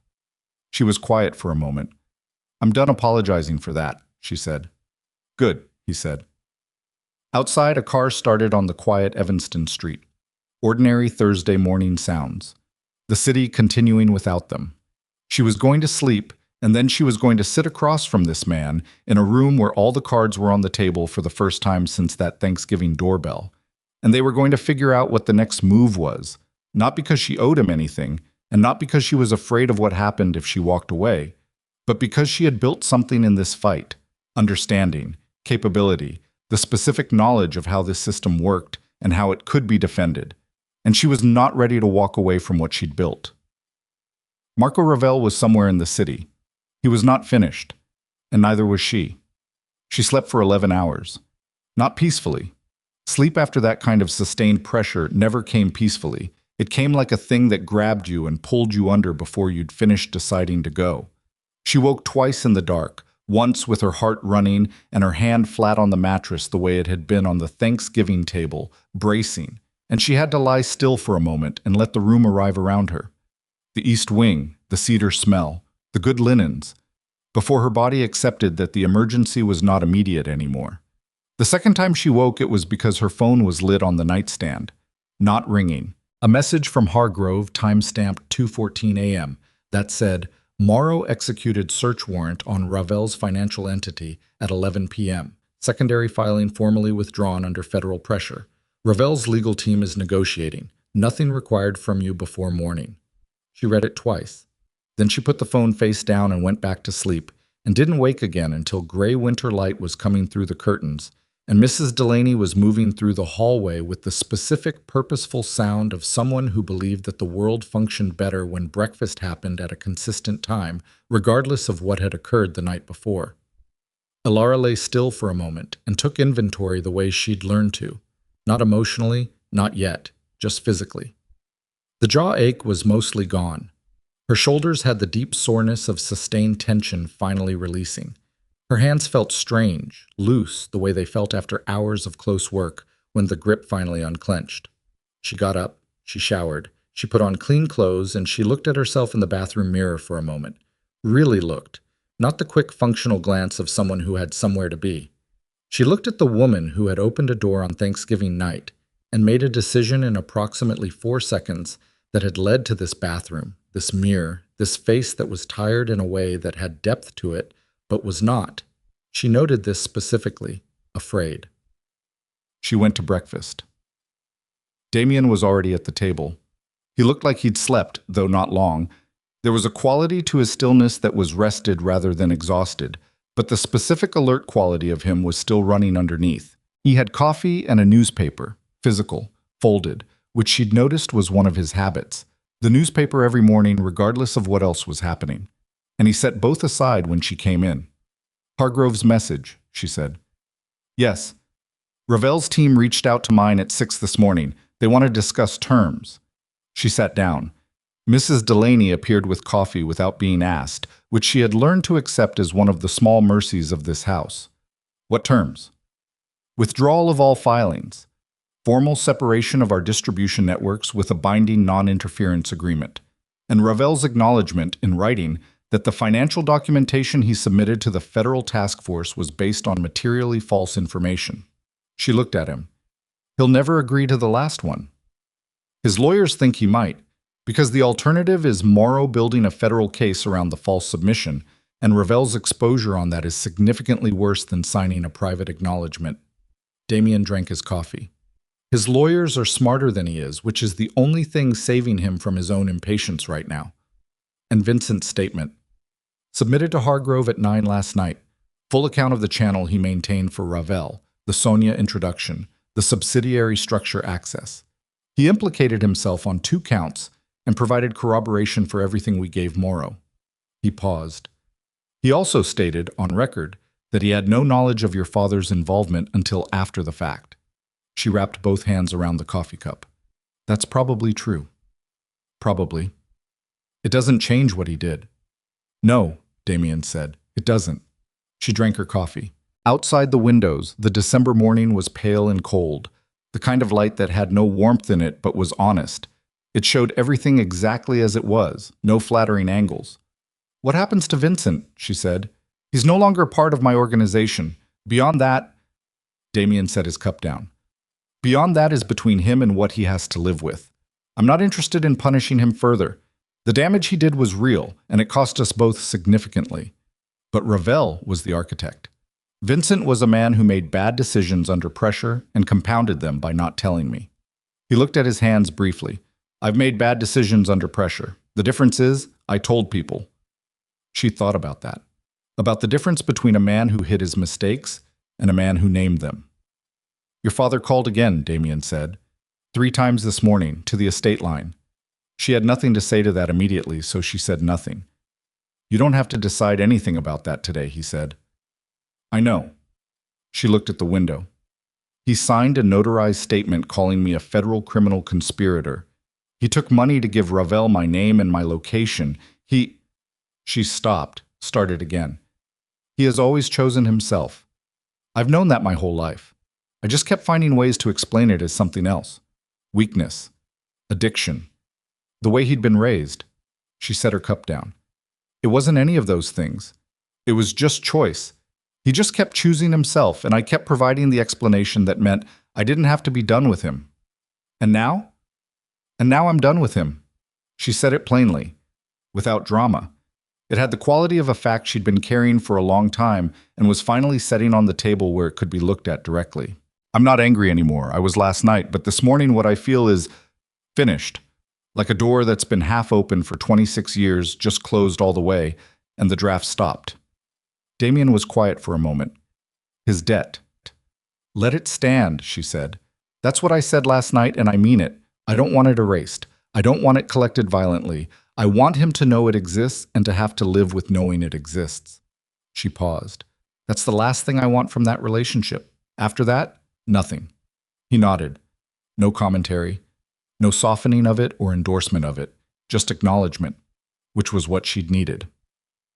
She finished her breakfast, and she was carrying her plate to the kitchen when Hargrove called. The call lasted 22 minutes. She stood in the kitchen and listened to Damien's half of it and reconstructed the rest from the responses. Ravel's legal team had come back on the written acknowledgement, pushing for a private document rather than anything notarized, and Hargrove was holding the line, and Morrow had apparently made a call of his own to Ravel's lawyers that morning that had significantly adjusted the temperature of the negotiation. Damien ended the call and came to the kitchen doorway. Morrow told them he has enough to proceed with a federal case on the false submission independent of the settlement, he said. He doesn't need our cooperation to move forward. He just needs time. Which means Ravel's lawyers are now managing 2 problems instead of 1, Elara said. Yes. The acknowledgement. They'll sign it. He said it with the certainty of a man who had done the math on someone else's position and was confident in his reading. By end of business today. She washed her plate in the sink. Ordinary motion. Hot water and dish soap and the specific domestic normalcy of cleaning up after breakfast, which was such a far distance from where they'd been 12 hours ago that she had to take a breath at the contrast. There's something I need to tell you, Damien said. She turned off the water, turned around. He was standing in the doorway with the quality he sometimes had, the specific stillness of a man gathering himself for something he wasn't entirely sure how to say, which was unusual enough in him that it had weight. The job, he said. The contract. 3 months. Your father's debt erased at completion. She waited. We're at 10 weeks. You have 2 weeks remaining on the contract terms. I know, she said. The filing system is rebuilt. The subsidiary structure is documented. The immediate crisis is managed. He paused. You've fulfilled everything the contract asked for, and then substantially beyond it. I know that too. He looked at her directly. I'm not going to ask you to stay because I need an assistant. The position is... Another pause, which was not like him. The position doesn't describe what you've actually been doing here, and asking you to stay in a position that doesn't fit what you are would be. It would be the wrong ask. It would be me making you small again, to make myself comfortable. She was quiet. What I want to ask, he said, is something different. There's a legitimate consulting role, restructuring, financial architecture, oversight of the subsidiary entities going forward. It would require full knowledge of the organization, full standing in decisions that affect the organization's structure, and compensation that reflects the actual scope of what that person does. He held her gaze. It would require a person who can sit across from me in a room and tell me when I'm wrong and not apologize for it afterward. She thought about the kitchen table on Thanksgiving night. The terrible clarity of having no good options and making the only decision that was hers to make. She thought about Peretti's letter. I built it to stand. She thought about what it meant to build something. It would also require, she said carefully, that the person in that role has complete information, always, not managed versions, not what you've decided they need to know. Yes, he said. That's a condition I'd put in writing. The corner of her mouth moved. People in your line of work put things in writing. I put everything in writing. And there it was. The echo of the first night, the same words, and he knew she recognized them because something shifted in his expression, something that was the closest to unguarded she'd seen him. It's a habit that has kept me solvent. She looked at him for a moment. I need 2 days, she said. To think. Take them. She went to her room and she sat at her desk and she didn't open her laptop. She looked out the window at the winter bare trees along the drive, and she did the accounting that had nothing to do with numbers. What she was, what she'd been, what the difference between those two things felt like from the inside. The woman who had stood in the Thanksgiving kitchen and made an 11-hour meal for people who didn't see her had done it out of habit, out of the long-ingrained belief that her value was in her usefulness, that if she stopped being useful, the thing beneath the usefulness would be exposed as not enough. She'd been performing adequacy for so long she'd confused the performance for the thing. She wasn't performing anything now. Whatever she was in this house, whatever she'd become over 10 weeks of working and fighting and finding and losing and choosing to stay when the door was open, it was not a performance. It was actual. It was hers. She owed no one an explanation for it. On the second day, she went to see her father. She didn't tell Damien. She didn't take the estate car. She took a ride share to the neighborhood she'd grown up in, the residential amber of it unchanged, and she stood on the sidewalk in front of the house for a moment before going to the door. Martin Voss opened it himself, which meant he'd seen her coming, which meant he'd been watching for her. His face did the thing it always did when he needed something from her. The carefully arranged combination of remorse and warmth that had always, for most of her life, functioned as a reset button. The performance that said, "We don't have to talk about what happened. We can just move forward. Isn't that easier for everyone?" She looked at his face and she felt nothing hostile. That surprised her slightly. She'd expected anger, or the cold clarity of the night she'd found the memo, or something with heat in it. What she felt was much quieter than that. Definitive, the way geological things were definitive. "Elara," he said. "I'm not here to fight," she said. "I'm not here to discuss what you did or give you the opportunity to explain it. I know what you did. I know why. The why doesn't interest me anymore." She looked at him steadily.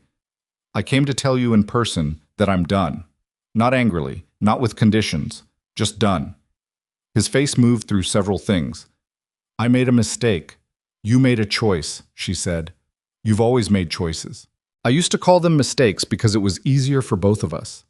They weren't mistakes. They were choices." She held his gaze. "You have a debt that isn't going away. That's the consequence of the last choice you made. I'm not going to manage that for you or explain it away for you. You'll live with it. If you talk to him, I'm not talking to anyone on your behalf," she said. "That's done." He looked at her with the expression of a man who had run out of the kind of currency he'd always used and was discovering that without it, he didn't have another kind. It was a stripped-down look, almost honest in its desperation. "Where will you go?" he said. She thought about the east wing, the desk, the cedar smell, The coffee she made that a man with dark eyes and a careful way of listening had accepted but not drunk on the first night, because it had seemed rude not to take it, that detail, which had told her something she hadn't known how to read yet. "Somewhere I choose to be," she said. She went back. The acknowledgement from Ravel's legal team arrived that afternoon, notarized as Hargrove had insisted, with precise language attesting that the financial documentation submitted to the federal task force had been compiled from incomplete and selectively altered records, and that the submission had been made with knowledge of those alterations. It was 4 paragraphs.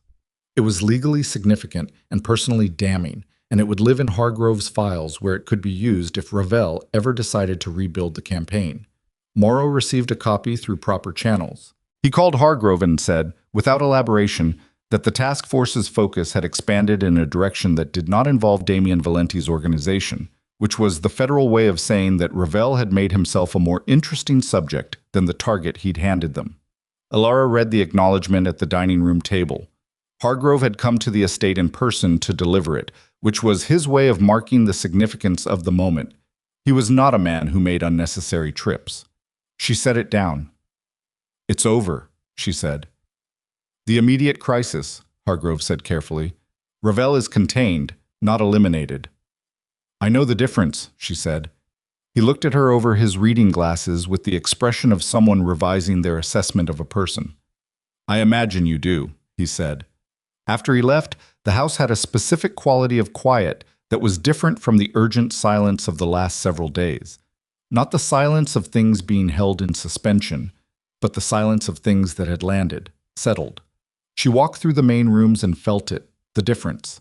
In the main office, she found Damien at his desk. He was writing, actually writing, with a pen on paper, the physical correspondence he preferred for certain communications, another of the habits she'd catalogued without intending to. He looked up when she came in. "I've thought," she said. He set the pen down. "I want the role," she said, "the consulting position, the full standing, the written conditions." She stood in the center of the room, and she wasn't leaning on the doorframe or sitting down or positioning herself at any comfortable distance. She was just there, present, taking up the space she took up without managing it. "But I want something else too." "What?" "I want you to tell me something true," she said. "Not strategic, not the version that's been calculated for how it lands. Something true about why you kept me in this house after you knew my father had given away my location, because you knew before I found the memo. I know you did. The way you reacted when I showed it to you. That wasn't surprise. That was confirmation." The room was very quiet. Damien looked at her for a long moment. She watched him make the decision, watched him choose not to manage it. "I knew within a week of your arriving here that your father had been approached," he said. "One of my people flagged the contact. I didn't know what he'd given them. I didn't know the scope of it." He held her gaze. "I should have told you. I was waiting to understand the full picture before you involved me more than necessary. Before I gave you information that would make your position here dangerous before I knew how dangerous it was going to get," he said. "That was the reasoning. It was wrong. The moment I knew your father was in contact with Ravel's people, you deserved to know." "Yes?" she said. "I did. I'm sorry for that specifically. Not the general apology. The specific one, for the specific thing. Not for bringing you here. Not for the work. For that particular decision to wait." She held his gaze. "Why did you keep me here?" she said. The real answer. A long moment. Long enough that she could hear the December wind against the windows, the house settling around them, the distant sound of Mrs. Delaney in the kitchen. "Because you sat in my kitchen on the first night," he said, "and you asked me why I didn't drink the coffee, and you just left everything you had in a duffel bag and you still noticed a detail that small." He looked at her directly, and the controlled management of his expression was entirely gone, which she understood was not a thing that happened easily or often. "Because you found in 4 days what I'd been trying to understand for months. Because when I told you you were good at it, you said, 'I know,' without apologizing or deflecting, and I hadn't heard anyone do that in a very long time." He paused. "Because I kept finding reasons to be in whatever room you were working in, and at a certain point I understood that the reason was not the work." She breathed. "I'm not asking for anything immediate," he said. "I know what you've been through in the last 10 weeks. I know what the last 48 hours cost. I'm not, he stopped. I'm not standing here with expectations. I'm standing here being honest because you asked me to. She looked at him. She thought about the specific geography of the last 10 weeks. The desk in the East Wing, the files, the coffee at midnight, the drive to Evanston before dawn, the basement floor. The moment in the kitchen when she'd looked at her own face in the mirror and recognized herself. I need the 2 days I asked for to become real, she said. Not strategic, just real. 2 days of nothing urgent. I can give you that. And then I want to sit across from you in a room and negotiate the terms of the consulting role, she said, line by line, with both of us at the table and both of us withstanding to push back. Yes, he said. And whatever else is true, she said carefully, we do that slowly, because I've spent my whole life moving fast because I had to, and I want the experience of choosing something slowly for once. Something in his face opened up, something she hadn't seen before. Not the controlled reaction, not the managed expression, but the thing underneath all of it, which was quieter and more human and more tired than the face he showed the world, and which was looking at her now without any architecture around it. Slowly, he said. Yes. I can do that, he said, and she believed him. And the believing was not the naive believing of someone who trusted too easily. It was the earned believing of someone who had watched a man be tested at close range for 10 weeks and had seen what he was made of underneath the control of it. She went to the East Wing. She sat at her desk. She opened her notebook to a new page and she wrote 2 headings, contract terms and conditions. She started her list. The handwriting was steady. Her hands were warm. On the first page of conditions, the first line she wrote was, full information, always, in writing. The second line, equal standing in decisions that affect the organization's structure. The third, the right to leave at any time, for any reason, without financial consequence. She looked at the third line for a moment. Then she left it there. Not because she planned to use it, but because having it was different from needing it, and she understood that difference now in the bones of her. The difference between staying somewhere because you had no other option and staying somewhere because you had every option and you chose this one. She turned to the second page and started on contract terms. Outside, the afternoon light was the pale gold of a December sun, doing its best with limited hours, falling across the desk and the notebook, and her hand moving across the page. And it had the specific quality of light that lands on something without judgment, just illuminating what's there, whatever that is, and leaving the rest to the person in it. She worked until she heard Mrs. Delaney call dinner, the same as every evening, the house running on its rhythms. She closed the notebook. She went to the dining room. 3 weeks later, the contract was signed.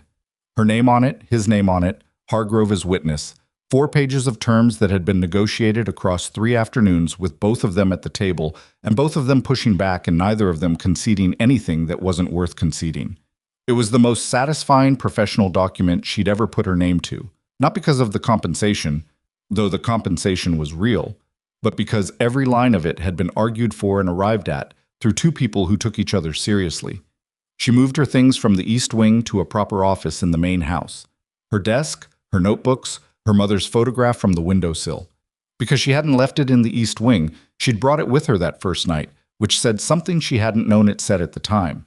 She set the photograph on the new desk. She sat down. The Peretti boxes had been formally transferred to Hargrove's office as part of the legal documentation, with Giulio Peretti's daughter copied on all submissions. It had been Elara's condition that the daughter know her father's work had stood up, that the structure he'd built had held. The daughter had sent a short email in response, 3 sentences, the last of which was, he would have been glad to know someone came looking. Elara had read that email 4 times. Marco Ravel was the subject of a federal investigation that had nothing to do with Damien Valenti.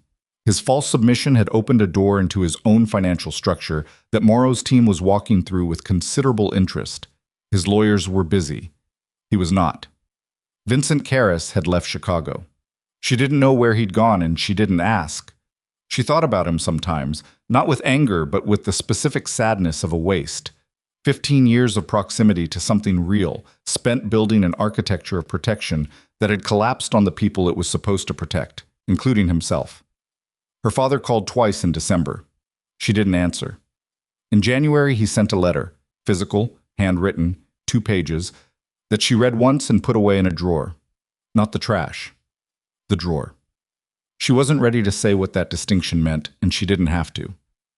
On a Thursday in late January, Damien appeared in the doorway of her office the way he occasionally did, not needing anything, just there, the way he'd been there in the East Wing in the early hours of the night they'd worked through Ravel's filing.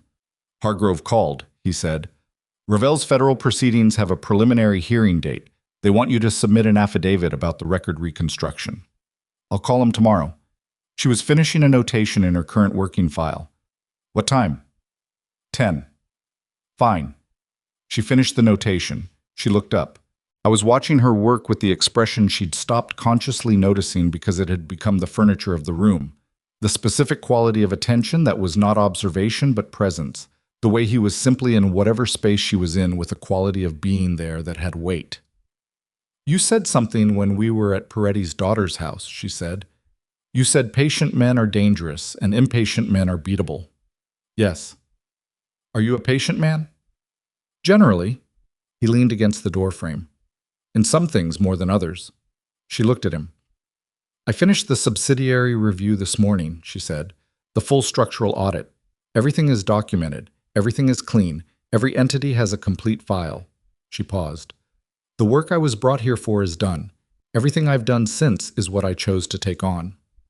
I know, he said.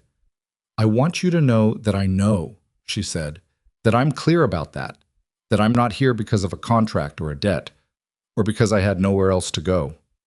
She held his gaze.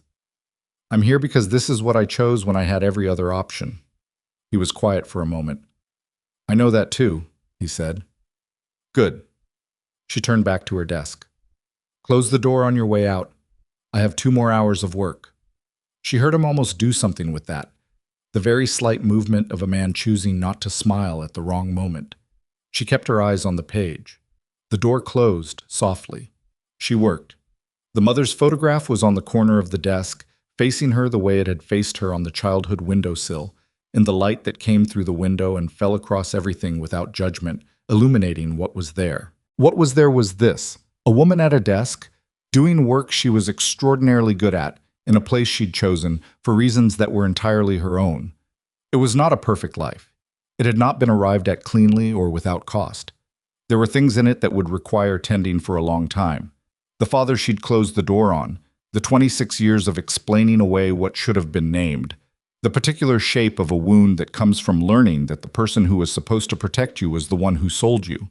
Those things were real, and they were hers, and she was not going to perform a recovery from them that she hadn't made.